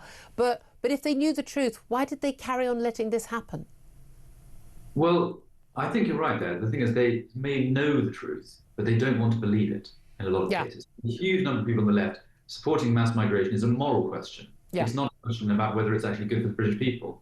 And I think, as you said, the case for legal immigration has largely been exploded. The case for illegal immigration is very obviously hugely damaging to the country. And far too often people's first response is to try and diminish it, turn it away, or play it down. Indeed. Well, we know we've got the Rwanda policy was out the door. Stopping the boats didn't work for Rishi Sunak. Smashing the gangs and having a nice chat with Emmanuel Macron over Kronenbourg didn't really work for Keir Starmer either. Now there's talk about foreign leaders and senior figures in governments being barred from visiting Britain if their governments refuse to help tackle illegal migration, in particular by blocking returns of people to their country. We've had situations, haven't we, recently, a grooming gang convictee out of prison far too sodding early for my liking. There's even the sentence he got originally not good enough. But Pakistan, he basically renounced his Pakistani joint nationality now, so he hasn't got Pakistani nationality. Pakistan won't take him back. We're stuck with him, even though weirdly he's building a home in Pakistan, in the country he doesn't want to go and live in. But actually, if foreign leaders don't cooperate and take back their wrong-uns, then we won't cooperate with them. Do you think that's a route that will work? I think that's the most likely route to work, precisely because most of the nations where we want to send people back are nations where they want to come here. They make a lot of money in countries like Pakistan from remittances in Britain. A lot of the Pakistani elite own homes in London. Yeah. Imran Khan obviously was over here for many, many years, had many, many girlfriends here. They would rather before he became a devout Muslim. before he became a very devout Muslim and went to prison. So they want to be here, and they want to come here, and that is the leverage that we have, so we should use it. Yeah. Absolutely. I use any leverage we've got. Guy Dampier, Senior Researcher on Nationhood at the Prosperity Institute. Thank you very much indeed for that. Philip Ingram is still with me, former Senior Military Intelligence Officer. Goodness me, we've discussed the channel migrants many, many times. I mean, none of this should come as a surprise to anyone who has been paying attention. But it would appear an awful lot of people who make decisions about this stuff haven't been paying attention. Well, exactly. But I don't think they're going to implement stopping the leaders of countries that don't take people back. What would work is if they stop giving visas for people coming from those countries legitimately, even as tourists, and said until you take them back, we're going to put a ban on any visas. And especially as actually a lot of those people who arrive, I mean, know from those countries, and it's particularly it's Pakistan, Nigeria, India, and other countries where a lot of the legal migration is coming from. A lot of people arriving as students or arriving on a temporary work visa, and they are then transferring to another visa or overstaying. That is a massive issue. It ties into the conversation we had yesterday on the show about this extraordinary figure. You know, that 4 out of 10 babies born in this country now is born to at least one foreign-born parent. And largely, again, we're talking about countries outside of Europe, and I think the only 2 countries in Europe in the top 10 are Romania and Poland. But we have a massive demographic change going on under our noses, and everyone's just saying, nothing to see here. Well, there is something.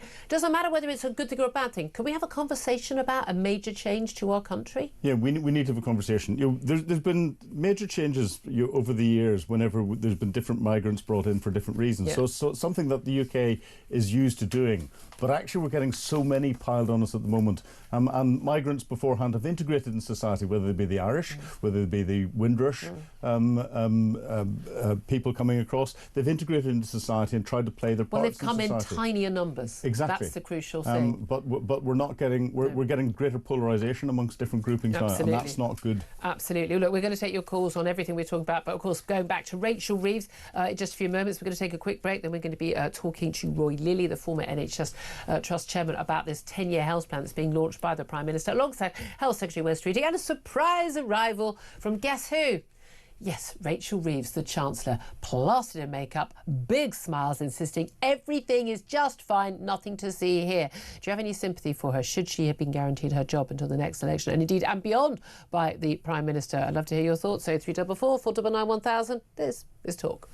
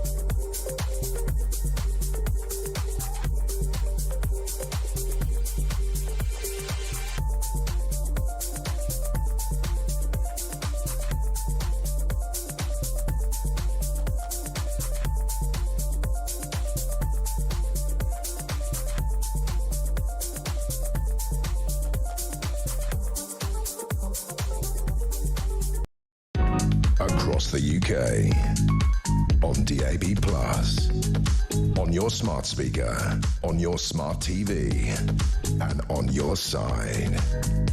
This is Talk.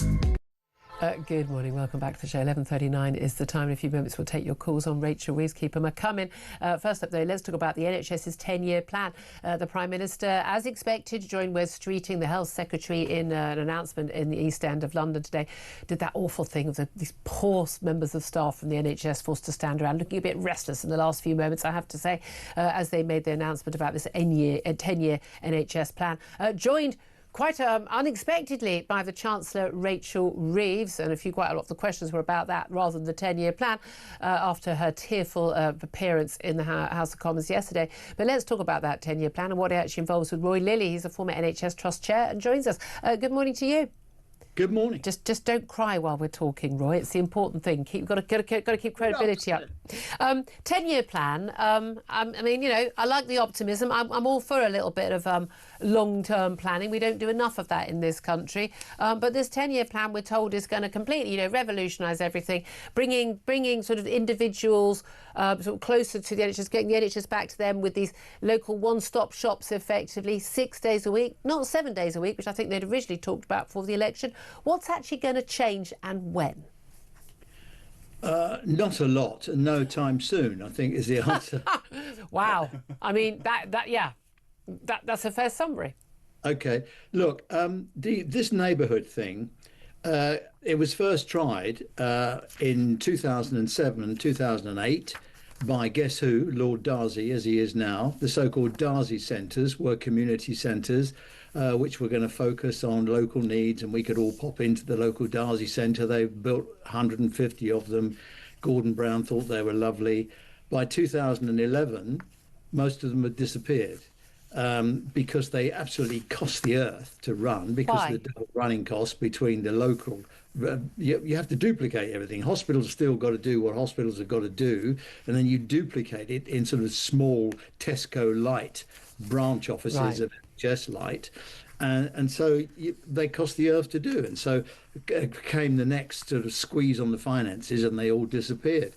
I mean, they're a good idea, but bring money. They cost the earth to run. That's the difficulty. I mean, the main issue is, look, the NHS has had plenty more money, huge, big impact, influx of money since the COVID lockdowns. But we don't seem to see that delivering in terms of the huge number of extra appointments we're being promised. So they talk a lot, but actually, number of extra appointments is dwarfed by actually numbers previous to COVID. We're seeing more money and more staff, although not enough more staff, and yet we're seeing less being done. But the solution always seems to be, from every health secretary, that's Tory or Labour, reform of the system. Is it reform of the system that needs to be done, or does that actually take away and detract from literally just getting more doctors and nurses doing more? Yes, I mean, I wrote a piece some time ago and said my reform plan would be just to leave the NHS alone. The Secretary of State should go and book a nice holiday on a cruise somewhere and come back 6 months later. Just leave it alone. Well, I wouldn't leave it alone. I'd replace all the management and then leave it alone. Well, you have to sack me as well, but I'll be on the cruise. The fact is that if you just left it alone, people know what they're doing and they will sort it out. Now, there's a lot in this report that to like, who doesn't want more sort of digital stuff? Who doesn't want more analysis? Who doesn't want more? But here's the interesting thing. I did have a little sneak peek of this report when it was in draft form, and it did have a final chapter on delivery. Guess what? Today's report has no chapter on delivery. So it's very aspirational. There's no delivery chapter, and there's no funding chapter. Okay, so it's a 10-year plan without any target for starting, not actually any targets for actually getting anything done, no money to get anything done. It's just this is just a chat around an Islington dinner party table, isn't it? That's all this is. Well, it's a lot of nice things to do, but look, over 10 years, it's the life of two parliaments. God knows what's going to happen to the economy, the world. We could be at war or what? I mean, who knows? It's just bonkers, I think. But look, they're looking busy, aren't they? Looking busy. Politicians looking busy. I don't think that's going to fly with voters anymore. I mean, Tories in the last year of office looked very busy, but voters went, no, sorry, it's too little, too too late. We don't trust you. We don't believe you. Yeah. And they've already lost trust in this government. In terms of those popularity ratings we've seen for the Prime Minister, people want action. Yes, they've been elected for one thing only, as far as the NHS is concerned, and that is to bring down waiting lists. Yeah. Very simple. But at the moment, almost as many people are going on the waiting lists as are being knocked off. Exactly. Now, what do you make? That's where the focus should be. What do you make of the Health Secretary, Wes Streeting, claim in The Sun, in exclusive today, that Britain will be fat-free within a decade, paving the way for tax cuts worth billions of pounds because of the £6 billion cost that we've got of it's claimed treating obesity-related illnesses on the NHS, and people with a BMI, a high BMI, basically can be prescribed jabs on the NHS with specialist weight management services. People are getting them from pharmacies as well. If you get your Ozempic, your Manjaro or whatever, that's going to basically mean people, get rid of the flab, and then they're going to be healthier. They're not going to be getting diabetes and cancer and heart disease to the same rates, and that'll save us all money. Do you think we'll be fat-free in a decade and all that money will be saved? No, I don't. But I think we could be on the way to it, to be honest. I mean, I think these drugs do work. The difficulty is you can't take them forever because of the damage to your organs and pancreas and what have you. So then you lose this weight, and you've gone down from a size 16 to a size 10, and blokes have got a 32-inch waistline for the first time in years, and you all go and buy a small pair of trousers, and then you stop taking the stuff and go back to your ordinary lifestyle, and suddenly you're back in your big trousers. Exactly, and that's exactly what all the actuaries and the pension organisations are saying. They are not expecting people to live longer as a result of these jabs. That tells you all you need to know. They follow the money. Roy Lilly, always good to talk to you, former NHS Trust Chairman.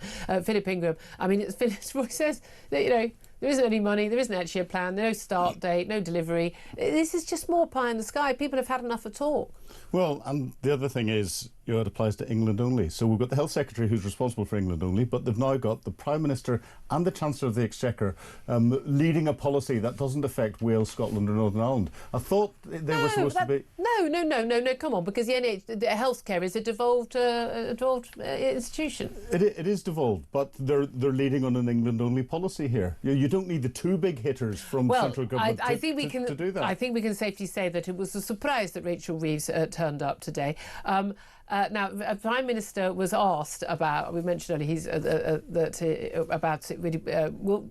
whether or not Rachel Reeves wanted to comment on what happened yesterday. So I'm not going to stand here and speak for the Chancellor, but as she's made clear on a number of occasions, yesterday it was a personal issue. I'm certainly not going to say anything about that. I think it's just fantastic she's here. None of this would be happening if she hadn't taken the decisions that she's taken. She took those decisions and she will be taking them for many years to come.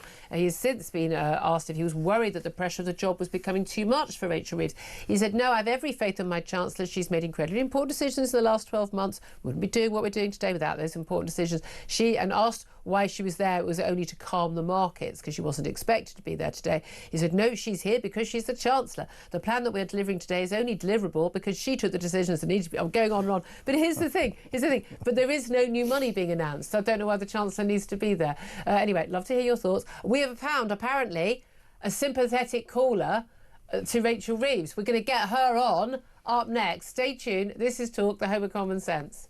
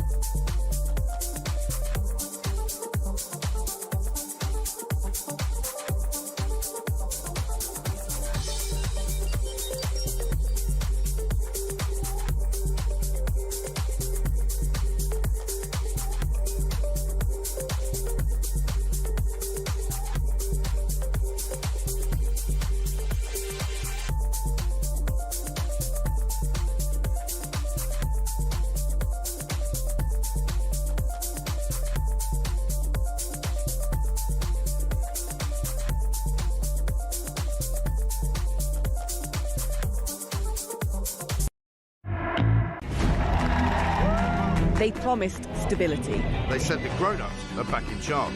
I was so happy you just couldn't believe. Our work is urgent, and we begin it today. I mean, you couldn't really scrape together a worse gang of misfits to run a dog kennel. Broken promises. Billions blown. Botched U-turns. And Britain is burning. One of the most immeasurably eventful. 1 year in power. And Britain in freefall. It's just been a disaster. 1 year of chaos. Friday, 4th of July. 9 p.m. Across the UK. On DAB+. On your smart speaker. On your smart TV. And on your side. This is Talk. This is Talk. The Home of Common Sense, 11:50 is the time. I've been asking you to give me your reaction to the Chancellor, Rachel Reeves, sending markets tumbling yesterday after her tears at PMQs. The Prime Minister basically has guaranteed her job until the next election. She joined him at a podium in the East End of London alongside the Health Secretary in the last hour or so to launch the NHS 10-year plan that isn't a plan and has no money. But apart from that, for some reason, they thought it was a good idea for her to turn up covered in plastered in makeup, saying everything's fine, even I think we all know everything isn't fine. Do you have any sympathy for her? Should she have been given that guarantee from the Prime Minister? He didn't give it to her at PMQs. Maybe that was why she was crying. We don't know. 0344 499 1000 is the number to call to have your say. And I did ask if any of you had any sympathy for her. Well, Helen does, and she's in Leicestershire. Hello, Helen. Good morning, Julia. Thank you How are you? Thank you. Very well indeed. Thank you. But better than Rachel Reeves. Thank you so much for joining me. Now, a lot of people might be saying I'm a bit harsh with her. I'm furious. But I think she humiliated herself and her government, undermined the markets, and is an embarrassment, her crying at PMQs yesterday. But you think I'm being a bit harsh, don't you? No, I don't think you're being harsh, Julia, on one level. I think everything you've said is absolutely true. She's got a really important job to do. She should be doing it and making different decisions. For example, if she got a personal issue not to turn up at work. I just think we've got to be very clear about the human being and separate the human being. When I saw those pictures of her yesterday, my heart broke for her. I just thought it was so painful to see another human being being, in that situation. If any of us have ever been in a job where you get hauled over the coals and everything piles in, it's very painful. And when you've been there in that situation, I'm not condoning the way she handled it or the way Keir Starmer handled it. I'm not a Labour voter either. I'm not a fan of this government. I take everything that you say and I agree with you. I just think... But you felt for her. I mean, I felt sorry for her, but at the end of the day, she's put herself in that predicament. She's been over-promoted. She lied on her CV. She's not up to the job. Virtually every problem they've had is a terrible decision she and the Prime Minister have made together. He had to have agreed to the winter fuel payments coming up. She has entirely created this for herself. I've seen people upset, but I'm not loving the fact. I'm not sort of go, oh, good, she's upset. I don't feel like that about her. I feel sorry for her, but I feel sorry for the country more. Yes, I totally agree with you. I just think there's so much hatred and nastiness around. I just think when you're faced with another human being in distress like that, then I think it's just important to just step back and say, yeah, but there for the grace of God go I. And, except that she's played a big play of first woman Chancellor. I'm of the view, genuinely, if you're going to be playing that card, you better be a very good representation of the people you're claiming to represent. Otherwise, it's irrelevant that you're first woman Chancellor. And, look, we've all had some difficult jobs. I think there's some people right now today doing really difficult jobs, life-saving jobs, people who are heart surgeons, people in battle, people, we've got, police officers who are battling with, violent criminals, and they don't show no weakness. We had a Vanessa Frake, a former prison governor, would you ever cry at work? Never. I've not even remotely comparing those proper jobs with being a news journalist, but I've certainly, you get bawled out at work, you go to the loo, you have a little bit of a quiet snivel, and then you come out with your game face on. Yeah, no, I take all that on board entirely, Julia. I just think maybe just a little compassion. That's all. That's all I'm saying. I think we can have compassion for her, but also just say she's not up for the job. I think those two are not mutually exclusive, and I think that's exactly the distinction I'm You are trying to such make. a nice person, Helen. I do like you. And you're quite right. I mean, yeah, I'll let you go. I know you've got to dash off and you're waiting on the line. You're very, very kind for doing that as well. That's a fair point, Philip. You know, she's just trying to do a job, but there is an element where, you know, it's not like the music stopped and, oh, you're going to be Chancellor. You know, she chose the job. She campaigned to get the job. She worked hard to get the job. She lied on her CV. I'm sorry, no one doesn't know how long they worked at the Bank of England or what their job was at HBOS. She lied. She is over-promoted. She's out of her depths. And now the reality has hit. Well, then leave the job. Or if you can't handle that moment, don't be there for that moment. You know, she shouldn't have come into. If she was feeling that upset, if there had been big personal issues, she shouldn't have come into the chamber. If you've just found out some horrific news about a family death or something, I think no one would have any issue at all under that. I don't think that is true. I think that's probably a lie, and I think this government lies so often they don't even know they're lying. And I'm sorry, they've lost the benefit of the doubt on something like that. But actually, no, I don't think. No, you needed to be next to the Prime Minister. It's a difficult week. It's the first PMQs in a little while. You knew it was going to be a tough one after the welfare vote. She needed to be at his side. Man up, as one of my guests said yesterday, put your big girl pants on, man up and look the part, and not sort of... We were commenting on her, she was sort of like crouched down and she looked miserable. We couldn't see the tears until we got a close-up photograph that went online. She looked like a broken soul. Well, I'm sorry, you can't do that, and neither can, you know, a chief constable or a prison governor or you know, you've been in the military, a senior military. You can't do that when you are leading people, leading a country, and when the markets depend on your demeanour. You can't do that. The number of actors and actresses, you know, that the show must go on. I mean, I'm sorry, I've done interviews. I've gone on telly and stuff to do interviews that have been pre-booked. You know, the day after losing a baby to miscarriage. You know, I know people who the day after they've lost, you know, their mother who have been on air. Just like the show must go on. Get on with the job, and you put your game face on and you do it. And acting is one thing, and you know, presenting a news or radio show is one thing. But you know, when you are the Chancellor of the Exchequer and the markets are going to react to everything you do, you must know that part of that is a performance. And if you can't do that, you're not up to the job. Well, exactly. And you know, she knows every time she walks into the chamber and she's sitting there, she has to have that front on. That is what she displays out publicly. It doesn't matter what's going on behind it. But got to do it, exactly. Well, let's go to Anne. She's on the line in Somerset, and she's given a call as well on 0344 499 1000. Good morning to you, Anne. What do you make of what Rachel Reeves did and the Prime Minister's guarantee of her job? Well, actually, I was going to say almost exactly the same as your last viewer. I think she's completely out of her depth in the job, and it's overwhelmed her. But I do think we need to back off, because I can see the poor woman having a complete breakdown. I've got no sympathy with her at all, but, you know... But if she's not up to it, she should just resign, shouldn't she? I think that's her best way out, to be honest. But God only knows who the hell is going to take over after her. Lots of people have pointed that out, you know, careful what you wish for. I mean, it's like people booting the Tories out and going, good God, these lot are useless.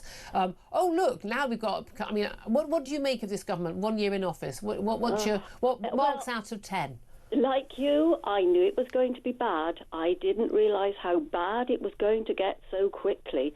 I mean, I remember speaking to our MP who was a Conservative, and I actually more or less said to him, be careful what you wish for. But he always replied to any queries that I had. Something, yeah. The MP I've got now, God, I've even forgotten his name. I mean, I've written to him twice and not got any response, so forget all that. I mean, that's not even civility, that's just basic competence, isn't it? So that doesn't bode very well. But you think, just coming back to Rachel Reeves, you think that we should just let... People are saying people mustn't be vicious and but are people being vicious by saying she's not up to the job? If it was a man and they weren't up to the job, we'd say it. Why do women get special treatment?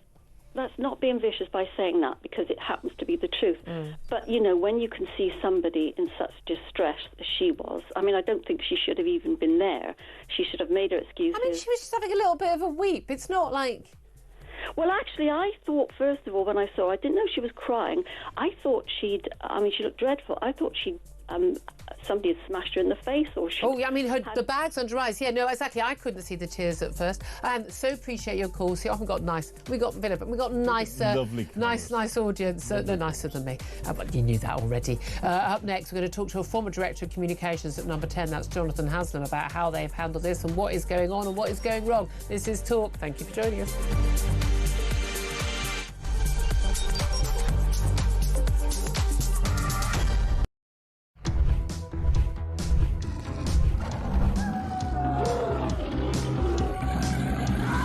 We've just been talking in the office here about how many of us have been attacked at some point or other by some form of flying beast or any wildlife. I mean, so we'll take your stories this morning. Hello, this story is concerning wildlife. It's concerning a rhino. A rhino? Right? Yeah, okay. rhino. I used to live in Kenya when I was about 5 or 6 years old. Okay. And we were in this wildlife park in a grey Morris Minor. This rhino started chasing us. There's me and my sister in the back seat. Right. It was like something out of Jurassic Park. Yeah. We were turning around saying, "Believe it, Dad. Just put your foot down, Dad. We're in a field." Put your foot down. This rhino was chasing us. One from Mark here in Derby. Went on holiday for our first romantic holiday to Julia years ago. Decided to take my girl into a petting zoo.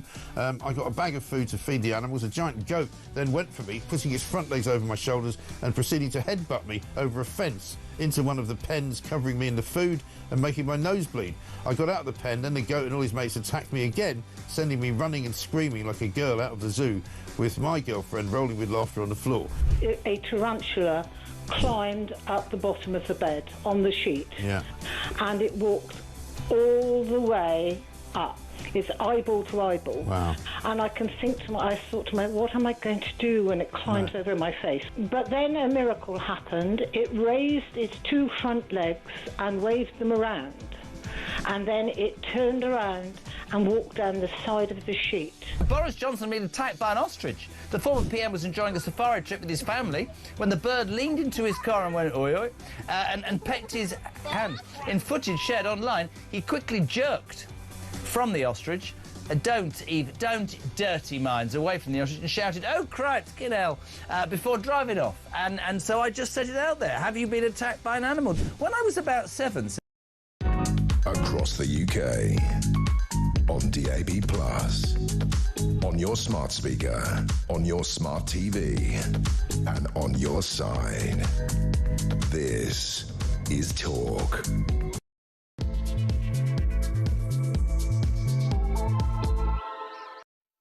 Good afternoon. This is Talk, the home of common sense. Thank you very much for joining us. I'm Julia Hartley-Brewer. Very much appreciate you taking the time.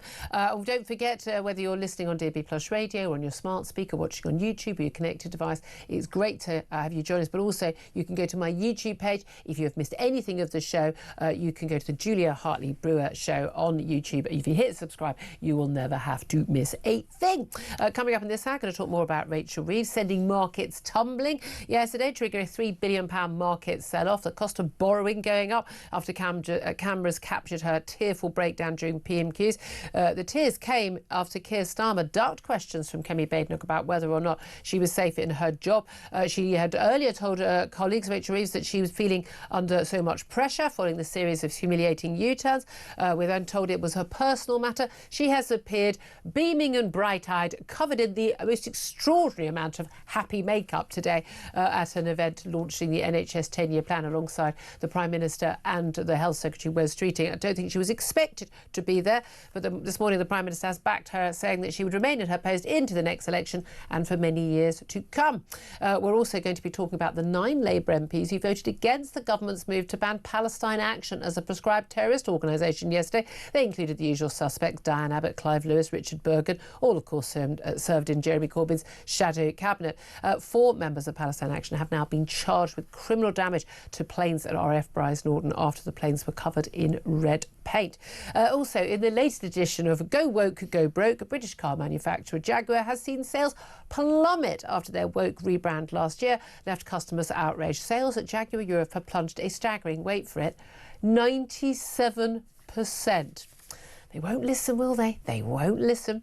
Well, look, right now, let me introduce you to Philip Ingram, MBE, former senior military intelligence officer, who's been joining us throughout the show. Coming up, we're going to be talking to the former Director of Communications at Number 10 under John Major, Jonathan Haslam, and Lord Ian Austin, now an independent peer, but former Labour man through and through, to get both of their thoughts on Rachel Reeves' tears. Philip Ingram, I mean, we just had some callers who, both women, it was interesting, giving quite a lot of sympathy to Rachel Reeves. Although not sympathy for her policies, the predicament she's in. I have to say, most women I speak to have actually been more outraged than the men. The men are like, oh, there's a woman crying, I'm very uncomfortable. When she plays the woman card of, oh, if I was woman Chancellor, well, don't expect special treatment then. Yeah, but from a male perspective, when you see a woman crying, you have that empathy that's there, but that's biology. Unless you're this government's biology, whenever they get all confused and everything else. And Angela Rayner showed the woman's view of a woman in distress by just showing utter contempt in her face. But I think it reflects the wider problems there are across the government. And I think Rachel Reeves is probably crying because she frustratedly doesn't know where to go next. Her flagship policy failed completely, and she knew that the party was falling apart in front of PMQs. Absolutely. Well, look, let's talk to Jonathan Haslam first. He's the former Director of Communications at Number 10. He was under John Major and the Conservatives. I have to say, Jonathan Haslam, I mean, John Major had a pretty rotten time, mocked every day about tucking his shirt into his underpants. A lot of people saying today, oh, you know, we need to show empathy and sympathy to Rachel Reeves, but a lot of people saying also, well, there wasn't much empathy or sympathy for pensioners last winter who were worried about turning their heating on after they lost their winter fuel allowance, or to farmers about the inheritance tax rate, or to many other people, small businesses massively impacted by her tax raises. They didn't get much sympathy, so why should we show her some? Yeah, there are two sides to this, and I think there is a human level, and Philip has alluded to that. So, I mean, if there is something very unfortunate in her personal life that's going on, I think we can all, as human beings, empathise with it. But as you said earlier on, Julia, and quite rightly so, she needed to be in the chamber, particularly at a time like this. Yeah. And if you do have those circumstances, then a little bit like an actor, you have to control your emotions. So if that means you're 30 seconds late or a minute late, you can live with that. But you hunker down, you wipe your eyes, and you take a number of very deep breaths. Exactly. And you hold it together. She does look absolutely shattered. Physically, mentally she'll be going through an awful lot of trauma, but the fact is that this is going to paper over the cracks of a government that really isn't communicating its policies very well. They think particularly when the policies aren't any good in the first. Well, in fact, this is the thing, because constantly they seem to think the issue is about communication. Oh, you know, let's deal with the communications director or the chief of staff in Number 10. The reality is they're just not very good at what they do. At the moment, they have a big problem. Actually, they're kind of fortunate at the moment because the markets have rebounded a little bit. They're actually in that perverse situation where, with Starmer having supported her and saying she's in until kingdom come, they know that at least she's got to live by the fiscal rules she's set, and there aren't a whole bunch of people queuing up to be the next Chancellor of the Exchequer. Well, I mean, that's the thing, isn't it? A lot of people care for what you wish for in terms of getting rid of Keir Starmer and the Chancellor Rachel Reeves. Or we get rid of Angela Rayner and who knows what as Chancellor. But it is absolutely fascinating. You've been around politics for many, many years. Both of us have, far too long. It is extraordinary that just a year after winning 411 MPs, a working majority of 166, that this Prime Minister is facing conversations where he has to drag his Chancellor to the chamber, drag her off to some event in the East End of London where there was no reason for her to be there whatsoever. She's plastered in makeup to shore her up in the job, to defend his position. People are openly questioning, even Labour MPs, whether or not she's going to remain in the job for a matter of weeks, whether he's going to remain in the job for even the next year, let alone the full term of office. I mean, have you ever seen anything like this other than the Liz Truss debacle? No, I think it is quite remarkable the way in which it has fallen apart so quickly. And it also points out that interesting conundrum of actually a huge majority isn't nearly always going to be in your favour, because the other lot can rebel and they feel they can get away with it. And now you have a Labour Party which is, driven by its left wing particularly. We have a man in Keir Starmer who doesn't have any empathy. He's not quick on his feet, and he made a bad situation worse yesterday. What you have to do there is, as they said in the lines of Sir Humphrey on one occasion, look, Humphrey, don't tell me something that isn't true. I just need something I can tell the House of Commons. Yeah, exactly. I mean, in his defence, those points. And let's have a little clip of what we've had the Prime Minister speaking and saying, yeah, every faith in the Chancellor, and basically saying we're only able to do this NHS plan launch because of the decisions she's made. Whereas in fact, of course, there's actually no money for this NHS plan, so I'm not quite sure what that's got to do with the Chancellor. But this is what he had to say to Chris Evans on Virgin Radio in an exclusive interview this morning when he was asked about Rachel Reeves crying yesterday. Let's have a watch and a listen. I actually personally didn't even appreciate it was happening in the chamber because I came in and I've got questions being fired at me and PMQs, and so I'm sort of constantly up at the dispatch box and down. But I think we just need to be clear. It's a personal matter, and I'm not going to breach Rachel's privacy by going into what's a personal matter for her. I mean, we keep being told it's a personal matter. We don't know whether it was or it wasn't. But again, we've got a government that doesn't have a very good history of being very, very honest. So people are rather wary of whether they're telling the truth or not, Jonathan. Well, they might be wary. What we have to do is, of course, face up to the practical consequences and think, how on earth is the Labour Party going to get out of the mess that it's dug for itself? I mean, we've spoken in the past about the stupid decisions they took to get themselves elected, ruling out the only sensible things you can do with raising taxes. Yeah. And now she's got a bit of fortune. The markets have eased off. However, there are a number of things she can do. She could do nothing. Sometimes it's an option. I don't think it is in these circumstances. She's got no headroom.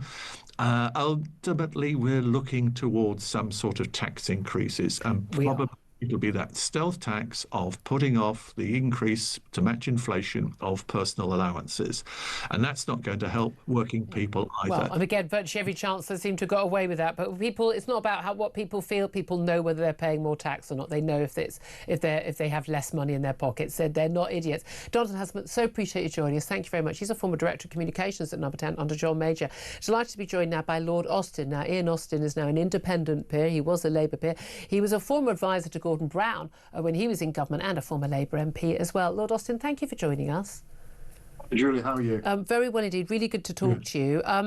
What was your reaction, first of all, watching PMQs yesterday or seeing the clips later? I don't know, you probably got a life, you don't have to do these things.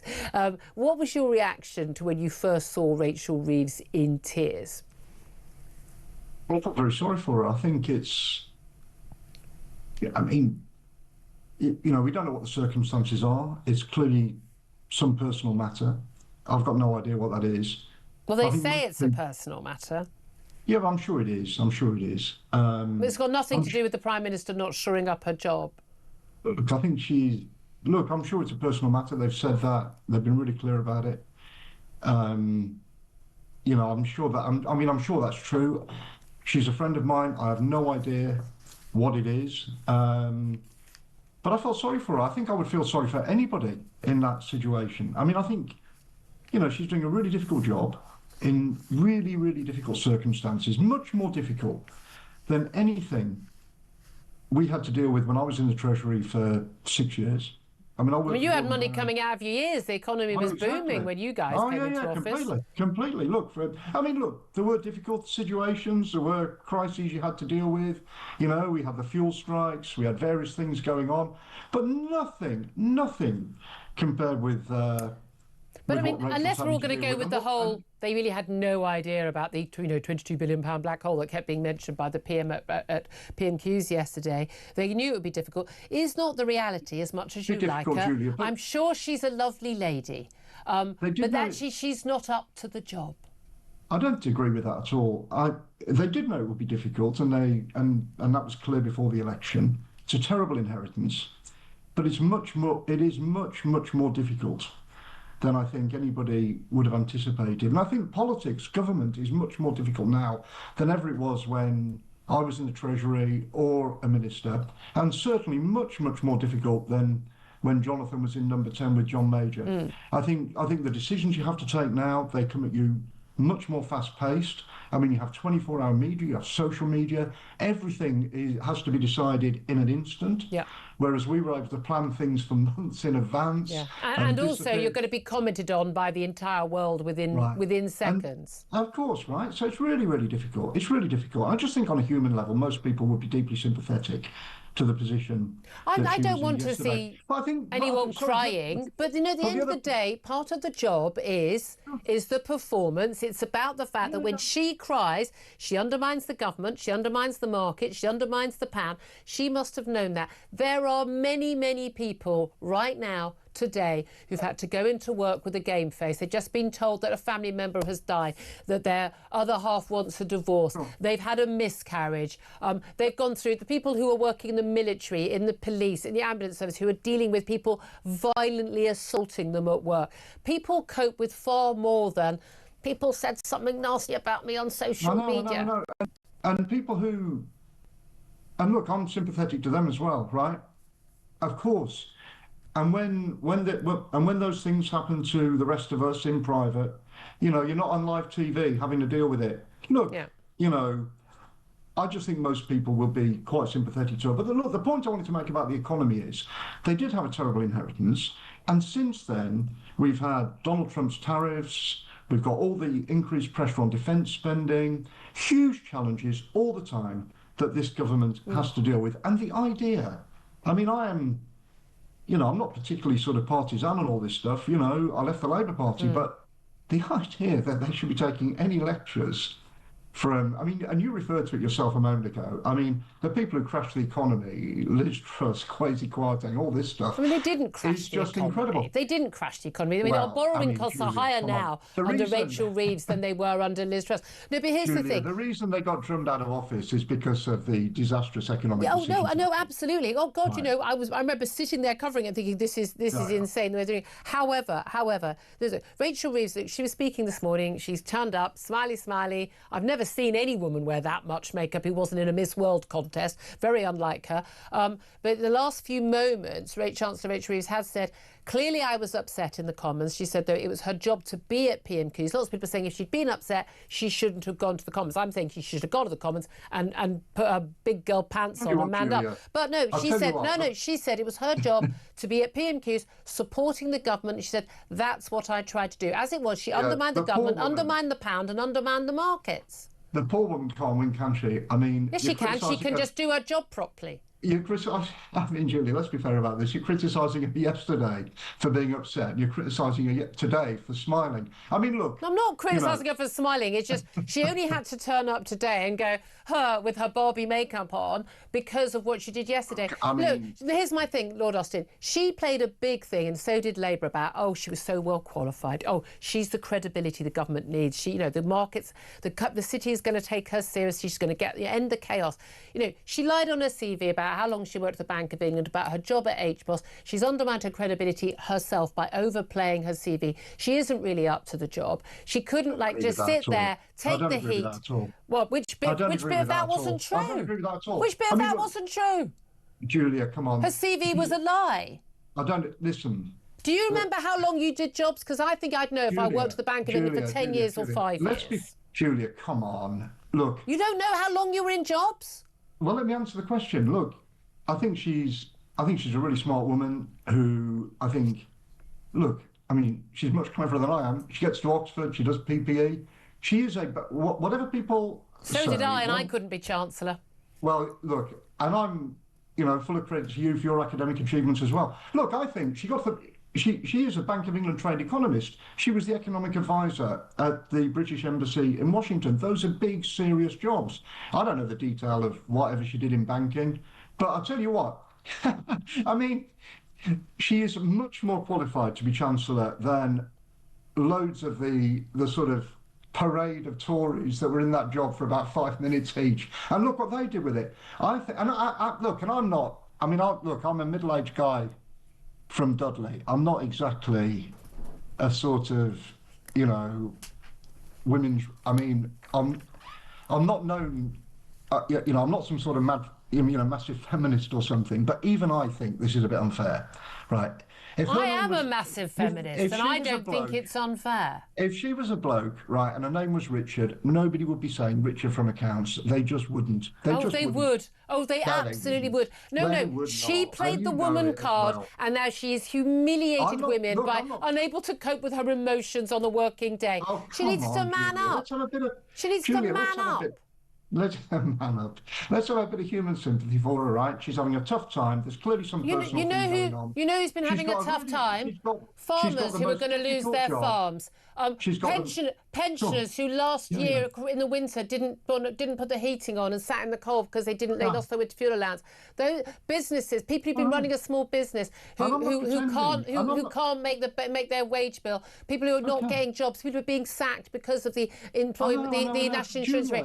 Those are people having a hard time, not someone on a six-figure salary who's Chancellor of the Exchequer. Julia, I'm not defending every decision the government's taken, of course not. And I think that every new Chancellor, George Osborne came in, pasty tax, all these sorts of things. And we mocked him for that. Oh, sure, right. And so, some of the decisions have not gone so well, and some of them have been reversed. I think she's got the most difficult job in government in really, really difficult circumstances. She has. Much more difficult than any Chancellor's had to deal with before. And she's not up to it. Well, I think she's doing it. I think she's doing it pretty well, frankly, and I think she's doing it much better than anybody else I can think of. And actually, if you look at the market, no. Anyone else on the Labour front bench? Let me just make one other point. The market reaction you referred to was because they were worried that she was going to be leaving, right? So she does have the market's confidence, and the reason the markets reacted in the way they did yesterday is that they thought she was going to be leaving the Treasury, right? That's what they were concerned about. So I think she clearly does have the confidence of the markets. It's, as I say, are you going to defend everything this government's done? Of course not. Okay. But I think she's a decent woman, smart, bright, easily capable of being Chancellor. She's doing this as better than anybody else, I think. Of the choices available to us from the Labour front bench.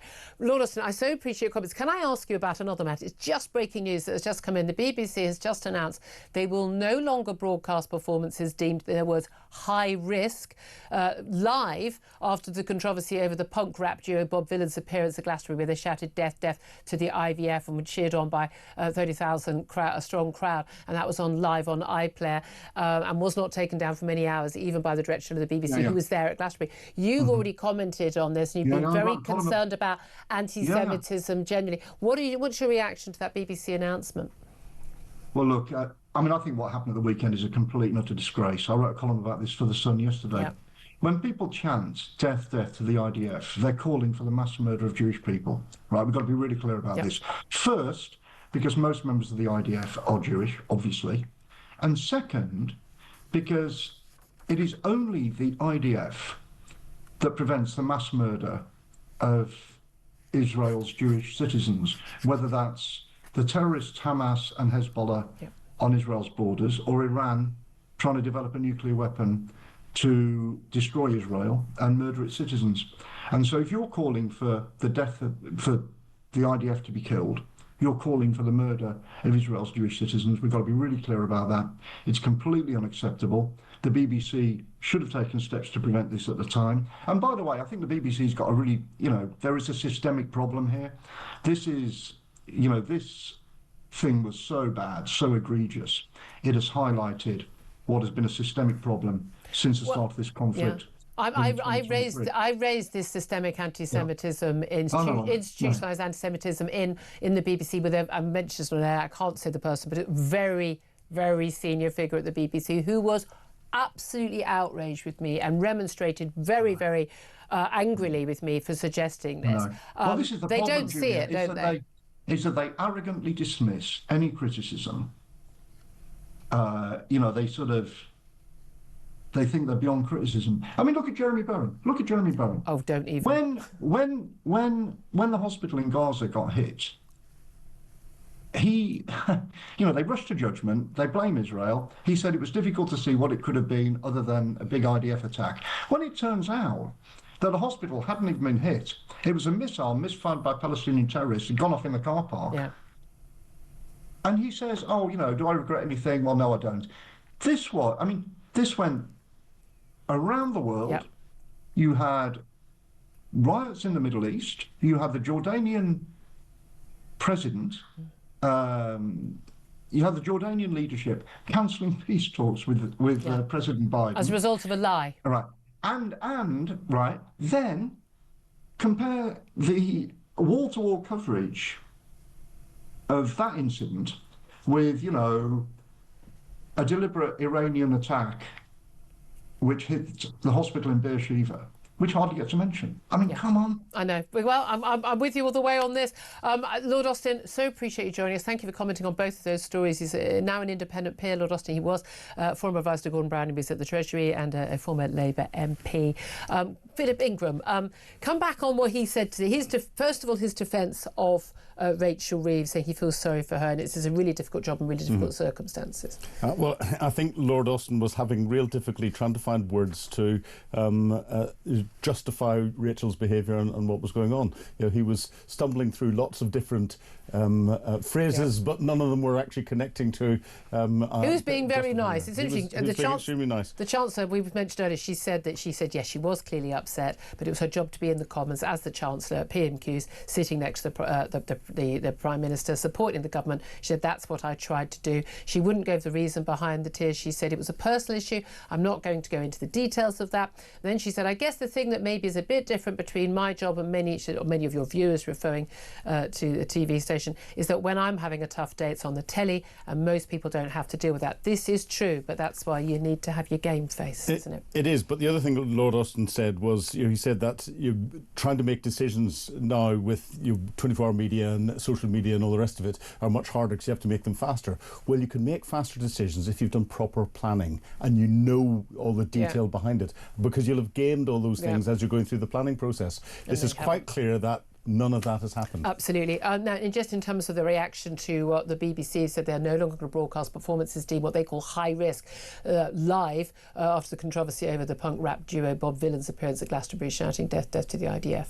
Well, I think the BBC's behaviour, and Lord Austin summed it up perfectly, has been absolutely appalling the whole way through, since the October 7th attacks. And I used to respect the BBC and their judgment. I used to respect Jeremy Bowen and his judgment. I thought it was brilliant until what's happened here. And it's not just the BBC. I'm seeing the same out of the likes of Sky. And just as bad. Some of the other. But I don't have to pay. I don't have to pay for Sky to broadcast. Exactly. Your reaction to all of that? Give us a call. 12:26 is the time. This is Talk. Up next, we're going to get to your phone calls. 0344 499 1000 is the number to call. This is Talk.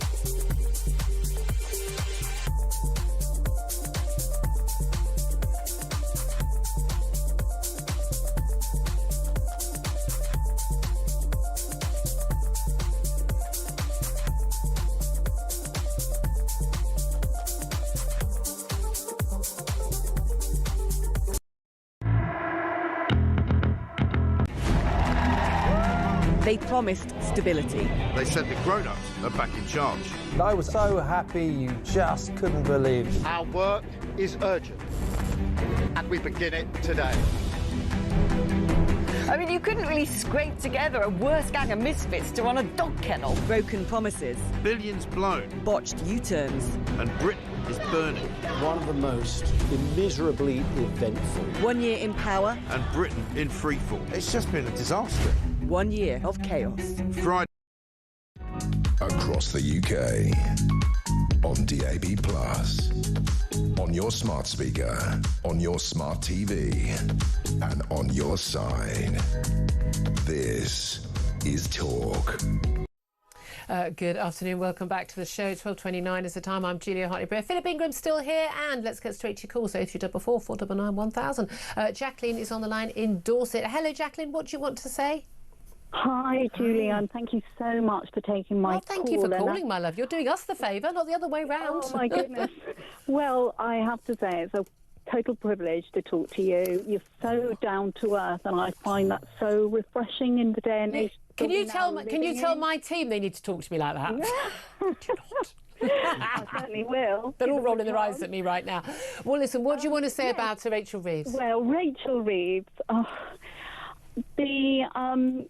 you know, when you hear back you know, trying desperately, as he does, Starmer, to dismiss, you know, the problems that are going on. Personal, he then says Rachel Reeves, it's a personal problem, you know, personal circumstances, etc., etc. And I think, do you know what? For the country, there is nothing more personal than the fact that she is our Chancellor. We only have one. Yeah. And this is what the world is seeing. It's not just ours, it's the world. And clearly, you know, it's impacting straight away on the market. Yep. And when they come out with they spew out such nonsense, as in, you know, oh, this all happened before and all the rest of it. Yep. She had a choice. And clearly, I think actually she didn't at that point, because that, to me, shows that all this happened under the umbrella of Parliament.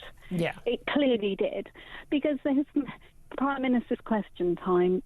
She knows it's going to be televised. Does she really want, in an uncontrollable situation where she's just shedding the tears? Yeah. No.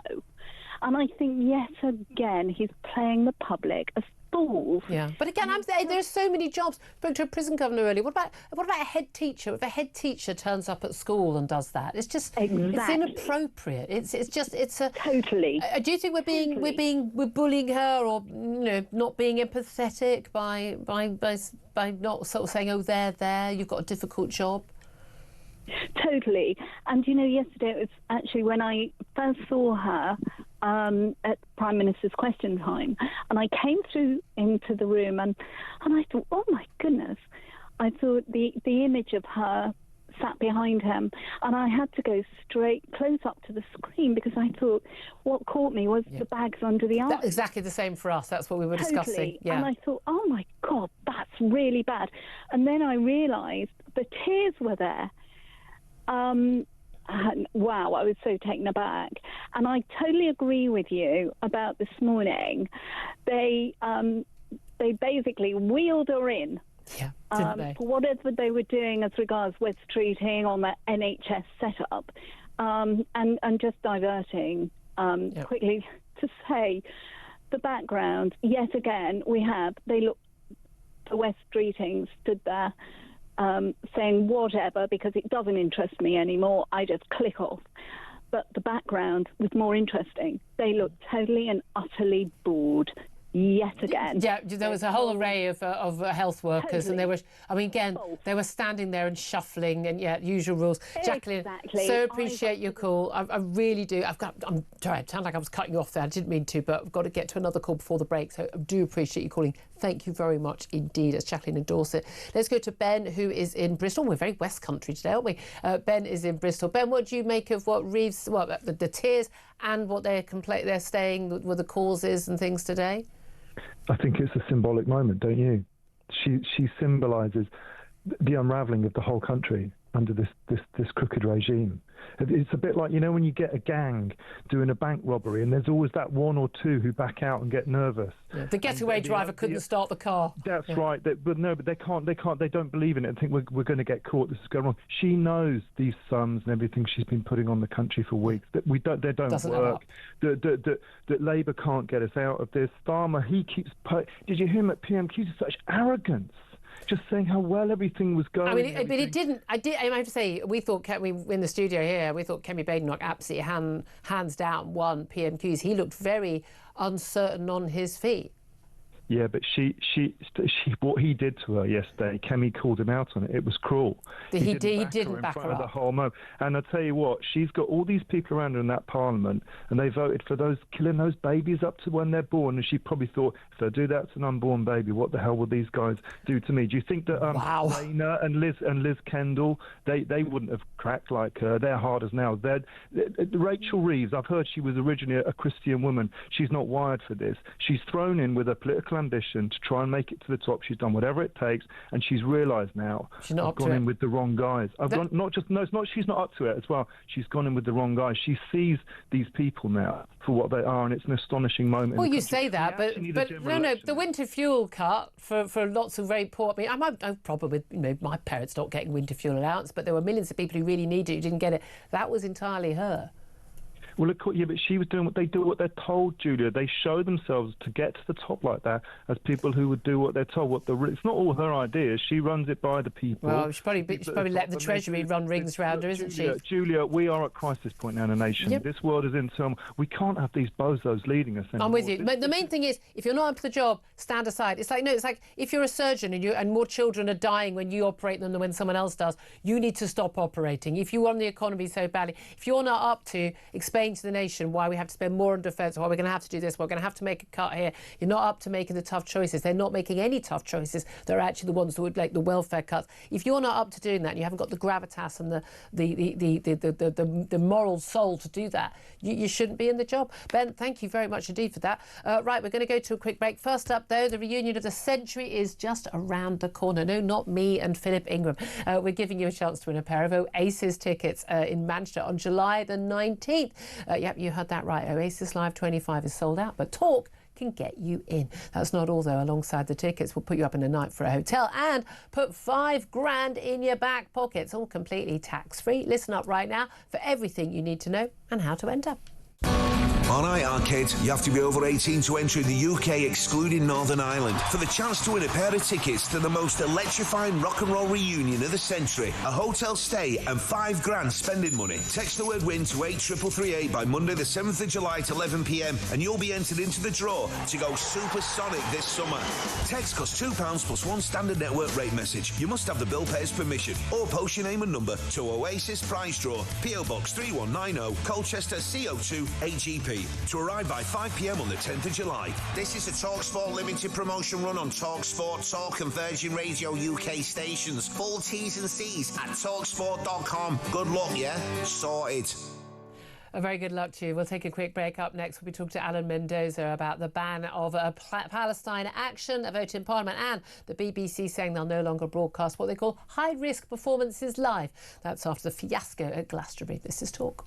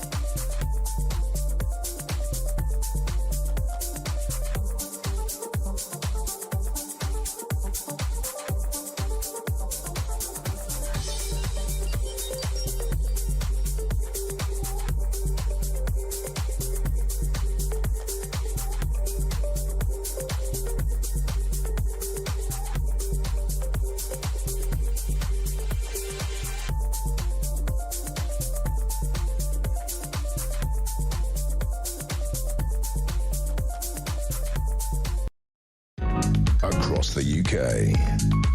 On DAB+, on your smart speaker, on your smart TV, and on your side. This is Talk. This is Talk. I'm Julia Hartley-Brewer. 12:39 is the time. Let's go straight to Dr. Alan Mendoza. He's Executive Director at the Henry Jackson Society and joins us. Very good afternoon to you, Alan.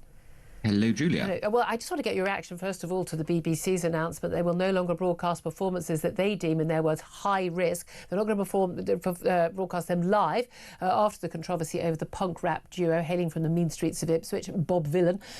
They gave their appearance at Glastonbury. They weren't actually on the BBC Live, but they were on BBC iPlayer. And, of course, they were shouting, death, death to the IVF, numerous other chants talking about, effing Zionists and the like. It was blatantly obvious to anyone with any sanity or indeed moral compass that this performance was disgusting and the button should have been pressed straight away to drop the live feed. That decision was not made for quite some time, even though the Director General of the BBC, Tim Davie, was at Glastonbury and was involved in decision making, left up on live streaming for 5 hours after that point. But also this decision to put them out live was made even though they knew they were supporting Kneecap, a band where a band member is actually now facing terrorism charges for alleged support of Hezbollah, a proscribed terrorist organisation. What do you make of the BBC statement today? Well, it's just too little too late again. I think the problem, Julia, is it's cumulative, isn't it? We've had a cumulative set of failures on the BBC, particularly around the whole Gaza war situation. I remember the documentary, for example, where it was discovered they'd paid the family of a Hamas member who then turned out to be the star of this show. This is sort of a regular occurrence, it seems, in the BBC now. Bad judgment or purposeful judgment, depending on how you look at it, that they have to make a mea culpa. The whole Gary Lineker incident that went on and on and on, where he was allowed to abuse his position for so long. With a rat emoji, yeah. The public's lost faith in the BBC, in its impartiality, in its ability to be the national broadcaster.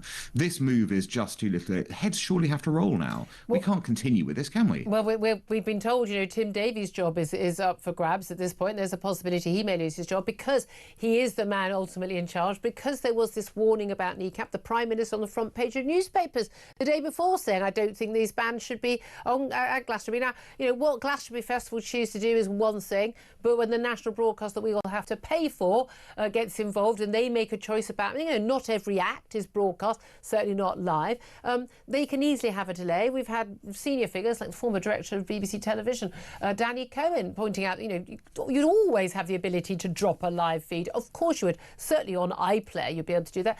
And that decision was not made. And what it said to me was, they didn't really think there was anything wrong with someone going on stage ranting about effing Zionists and talking about and leading chants of death to the IDF. They didn't really see anything wrong in it, and that worries the hell out of me. Yes, exactly. They didn't see anything wrong with it in the moment. That's the interesting part. Now they claim they have. But the point is, as it was happening, they were like, no, nothing to see here. And that tells you there's a problem. That tells you there's a problem in the, at lots of different levels in the BBC. And you're right to point out that this is, of course, a taxpayer-funded institution. Yep. This isn't a private musical festival. It isn't a private TV channel, for that matter. It is a TV channel that represents a nation because the nation pays for it. And it has to be held to a different standard. And it's failed repeatedly on those standards. And the only thing that will begin to turn the tide on this is if people carry the can for that failure and do the honourable thing, or are forced out if they won't do the honoururable thing. Absolutely. I couldn't agree with you more. Well, let's talk about, again, this issue's been massively in the news with criminal actions and the like against the band that Kneecap was supporting. Of course, Bob Vylan was supporting Kneecap. And Bob Vylan, of course, faced the consequences where they lost their US visas, they lost their tour, they've lost their management, they're seeing gig after gig cancelled. They claim that, well, they were just speaking up and trying to expose the horrors of Gaza, but as if that isn't on the BBC every single hour of every single day already. But they're carrying the can, they say. But it's perfectly possible to talk about your concerns about innocent civilians dying in Gaza at the hands of not just the IDF but the Hamas, who are using them as human shields, without at any point calling for other people to die. Of course, and let's be clear again. The reason, sadly, civilians are dying in Gaza is because Hamas refused to give up power, refused to give back the hostages they stole from Israel on October the 7th. Yep. And if those hostages are back, the war would end tomorrow. We all know that. Yep. And they've been abusing, as you pointed out, the Palestinian population by using them as human shields for their activities. So, these are, sadly, Hamas are legitimate war targets, and sadly, civilians die because of Hamas's actions. That's what goes on here. That is the reality. Yeah, absolutely. Sadly, as you pointed out, there are plenty of people who are able to do this without resorting to the kind of rhetoric we saw on Saturday. Yeah. And it's perfectly possible to be a concerned humanitarian, perfectly possible to have your doubts about what Israel's doing. Not an issue, but it is very much the language you use, how it's phrased. And when you tip over into that way, I'm delighted that Bob Villan have seen that actions have consequences, and that their loud-mouthed, rants and their sort of, how exciting it is to be this bad has turned out to be very, very bad for them. Yes. That's a wonderful lesson. Exactly. Oops. I tell you what, though, if Bob Villan had misgendered anyone in the IDF, then there would have been a hell to pay, because that would be the proper awful, words of violence we hear from the left, don't we? Let's talk about Palestine Action as well. 9 Labour MPs voted yesterday against the government's move to ban Palestine Action as a terrorist organisation, banned alongside now Al-Qaeda, Islamic State and Hamas.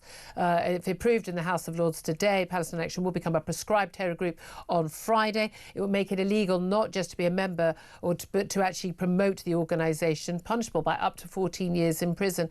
Among the 9 Labour MPs, the usual suspects. I mean, is an independent MP, Jeremy Corbyn, voted, but also Labour MPs like Diane Abbott, Clive Lewis and Richard Bergen, who all served in Jeremy Corbyn's shadow cabinet, all voted against this, as did the Green Party's 4 MPs. The Lib Dems, outrageously, I think, abstained. There was 4 people from Palestine Action have been charged by terror police after 2 aircraft at RAF Brize Norton were vandalised by the group in an attack that was claimed by the group. They filmed it, for goodness sake. £7 million worth of damage was caused to the aircraft back on June the 20th.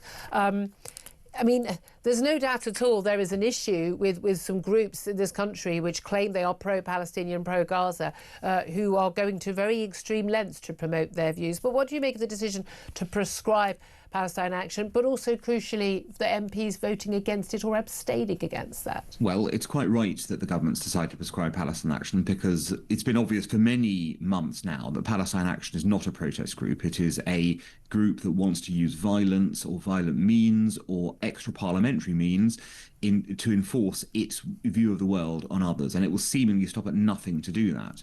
Well, that, I'm afraid, does put you into terrorist territory. Yep. Yes, you may say, well, they're not ISIS or Al-Qaeda. That's correct, they're not ISIS or Al-Qaeda, but they still operate on the terrorist wavelength. And there are plenty of other groups that are being prescribed at the same time. What people haven't picked out is there were 2 far-right groups prescribed at the same time, or will be prescribed at the same time. Yep. Palestine. I don't see anyone marching for them, going, legitimate expression, etc. Yeah. No, this is a political nonsense that 9 MPs from the Labour Party have stood up for them. Yeah. These were people who damaged British national security interests.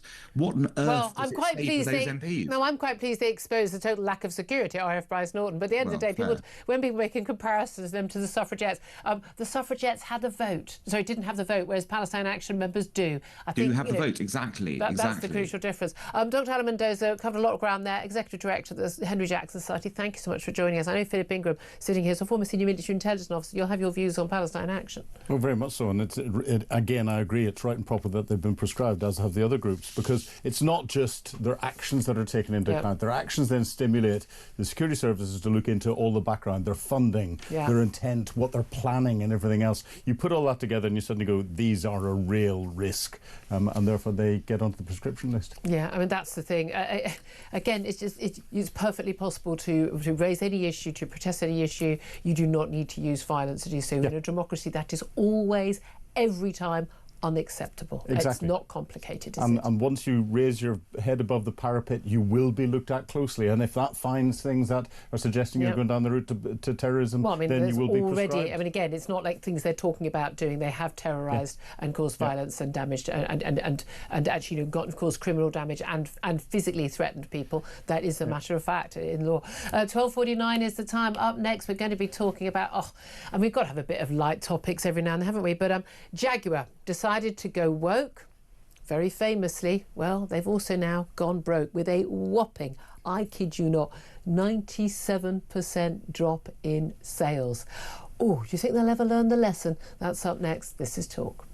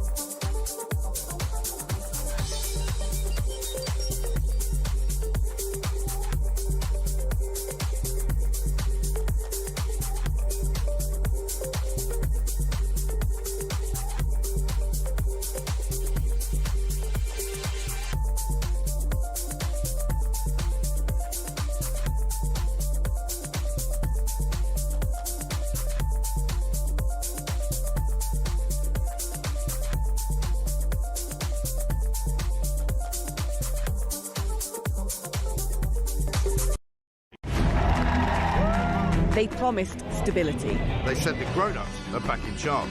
I was so happy you just couldn't believe it. Our work is urgent, and we begin it today. I mean, you couldn't really scrape together a worse gang of misfits to run a dog kennel. Broken promises. Billions blown. Botched U-turns. And Britain is burning. One of the most immeasurably eventful. 1 year in power. And Britain in freefall. It's just been a disaster. 1 year of chaos. Friday, 4th of July. 9 p.m. Across the UK. On DAB+. On your smart speaker. On your smart TV. And on your side. This is Talk. Good afternoon. This is Talk, the Home of Common Sense. 12:52 is the time. I'm Julia Hartley-Brewer. Philip Ingram is still here. Get his thoughts in just a few moments after we speak to our next guest, Justin Urquhart-Stewart. He's an economist. He's also chairman of the Regionally Investment Platform and joins us. Very good afternoon to you, Justin. And to you, Julia. Thank you. I must get your thoughts first on Rachel Reeves before we talk about Jaguar and going woke and going broke. Although, I mean, you know, I think this government is quickly going broke with our our country finances. Let's have a little watch and listen of a clip. I've already read out what she'd actually said, but Rachel Reeves this morning in a pulled BBC clip. Here's what she had to say about those tearful scenes in PMQs yesterday. Well, clearly I was upset yesterday, and everyone could see that. It was a personal issue, and I'm not going to go into the details of that. But my job as Chancellor at 12 o'clock on a Wednesday is to be at PMQs next to the Prime Minister, supporting the government, and that's what I try to do. I guess the thing that maybe is a bit different between my job and you know, many of your viewers is that when I'm having a tough day, it's on the telly, and most people don't have to deal with that. Well, she's very chirpy today, lots of makeup, lots of smiling. Justin Urquhart-Stewart, do you buy it? No, not at all. It's called very badly handled. At just a basic human level, if you have someone who's visibly upset, you go and help them, put an arm around them. Doesn't matter whether you like them or not. Cuddle them, particularly though if you're on television, you actually sit there and say, stop everybody, this lady's very upset. Oh, wait a minute, you're criticising the Prime Minister. How on earth is he supposed to know that she's upset? He's busy. I don't defend him very often, but on this, I'm sorry, I'm on his side. He had no idea.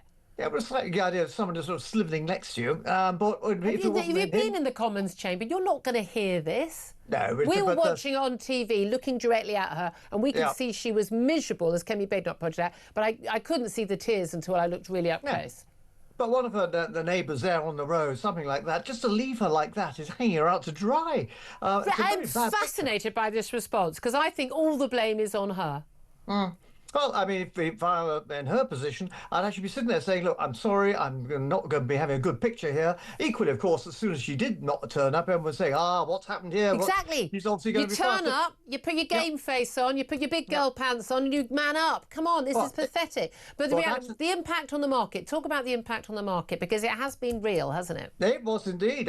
Remember, markets were run on one primary issue, that is confidence. If you don't have the confidence, then actually we see a reaction, as we saw with Prime Minister Truss as well. Yeah. If you're coming up with something which is showing not strength, but nervousness and weakness, then whilst you might be very sorry for the individual, you are damaging. What happened was... Were people worried that she was going to lose her job as Chancellor, or were they worried about her crying and what was going on?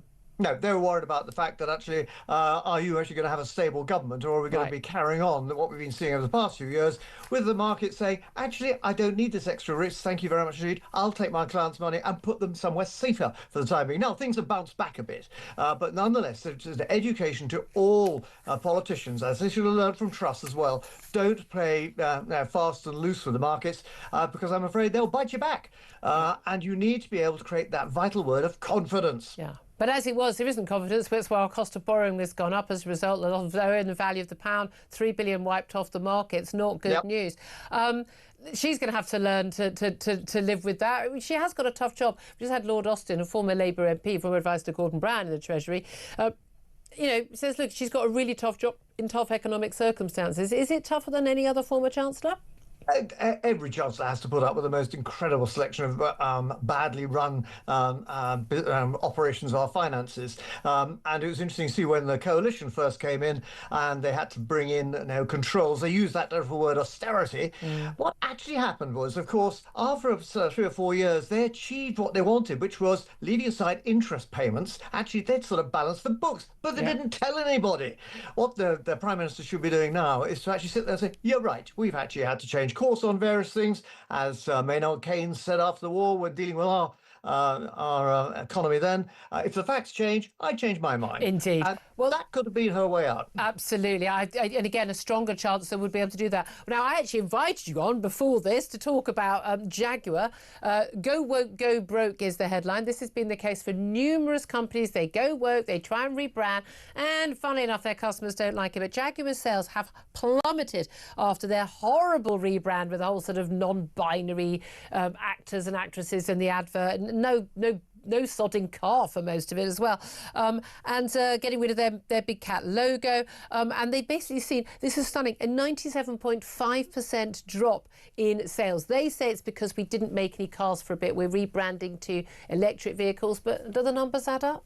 Of course, they've been changing their brand, changing their models, their cars. The electric cars has really thrown up the finances of car makers. They're finding it very difficult indeed to actually get the popularity for these electric vehicles over the old petrol heads. No one of them. And plus the fact, to look at the 4x4s, they're all absolutely identical, whether it's dealing with a Porsche or a Bentley or anything.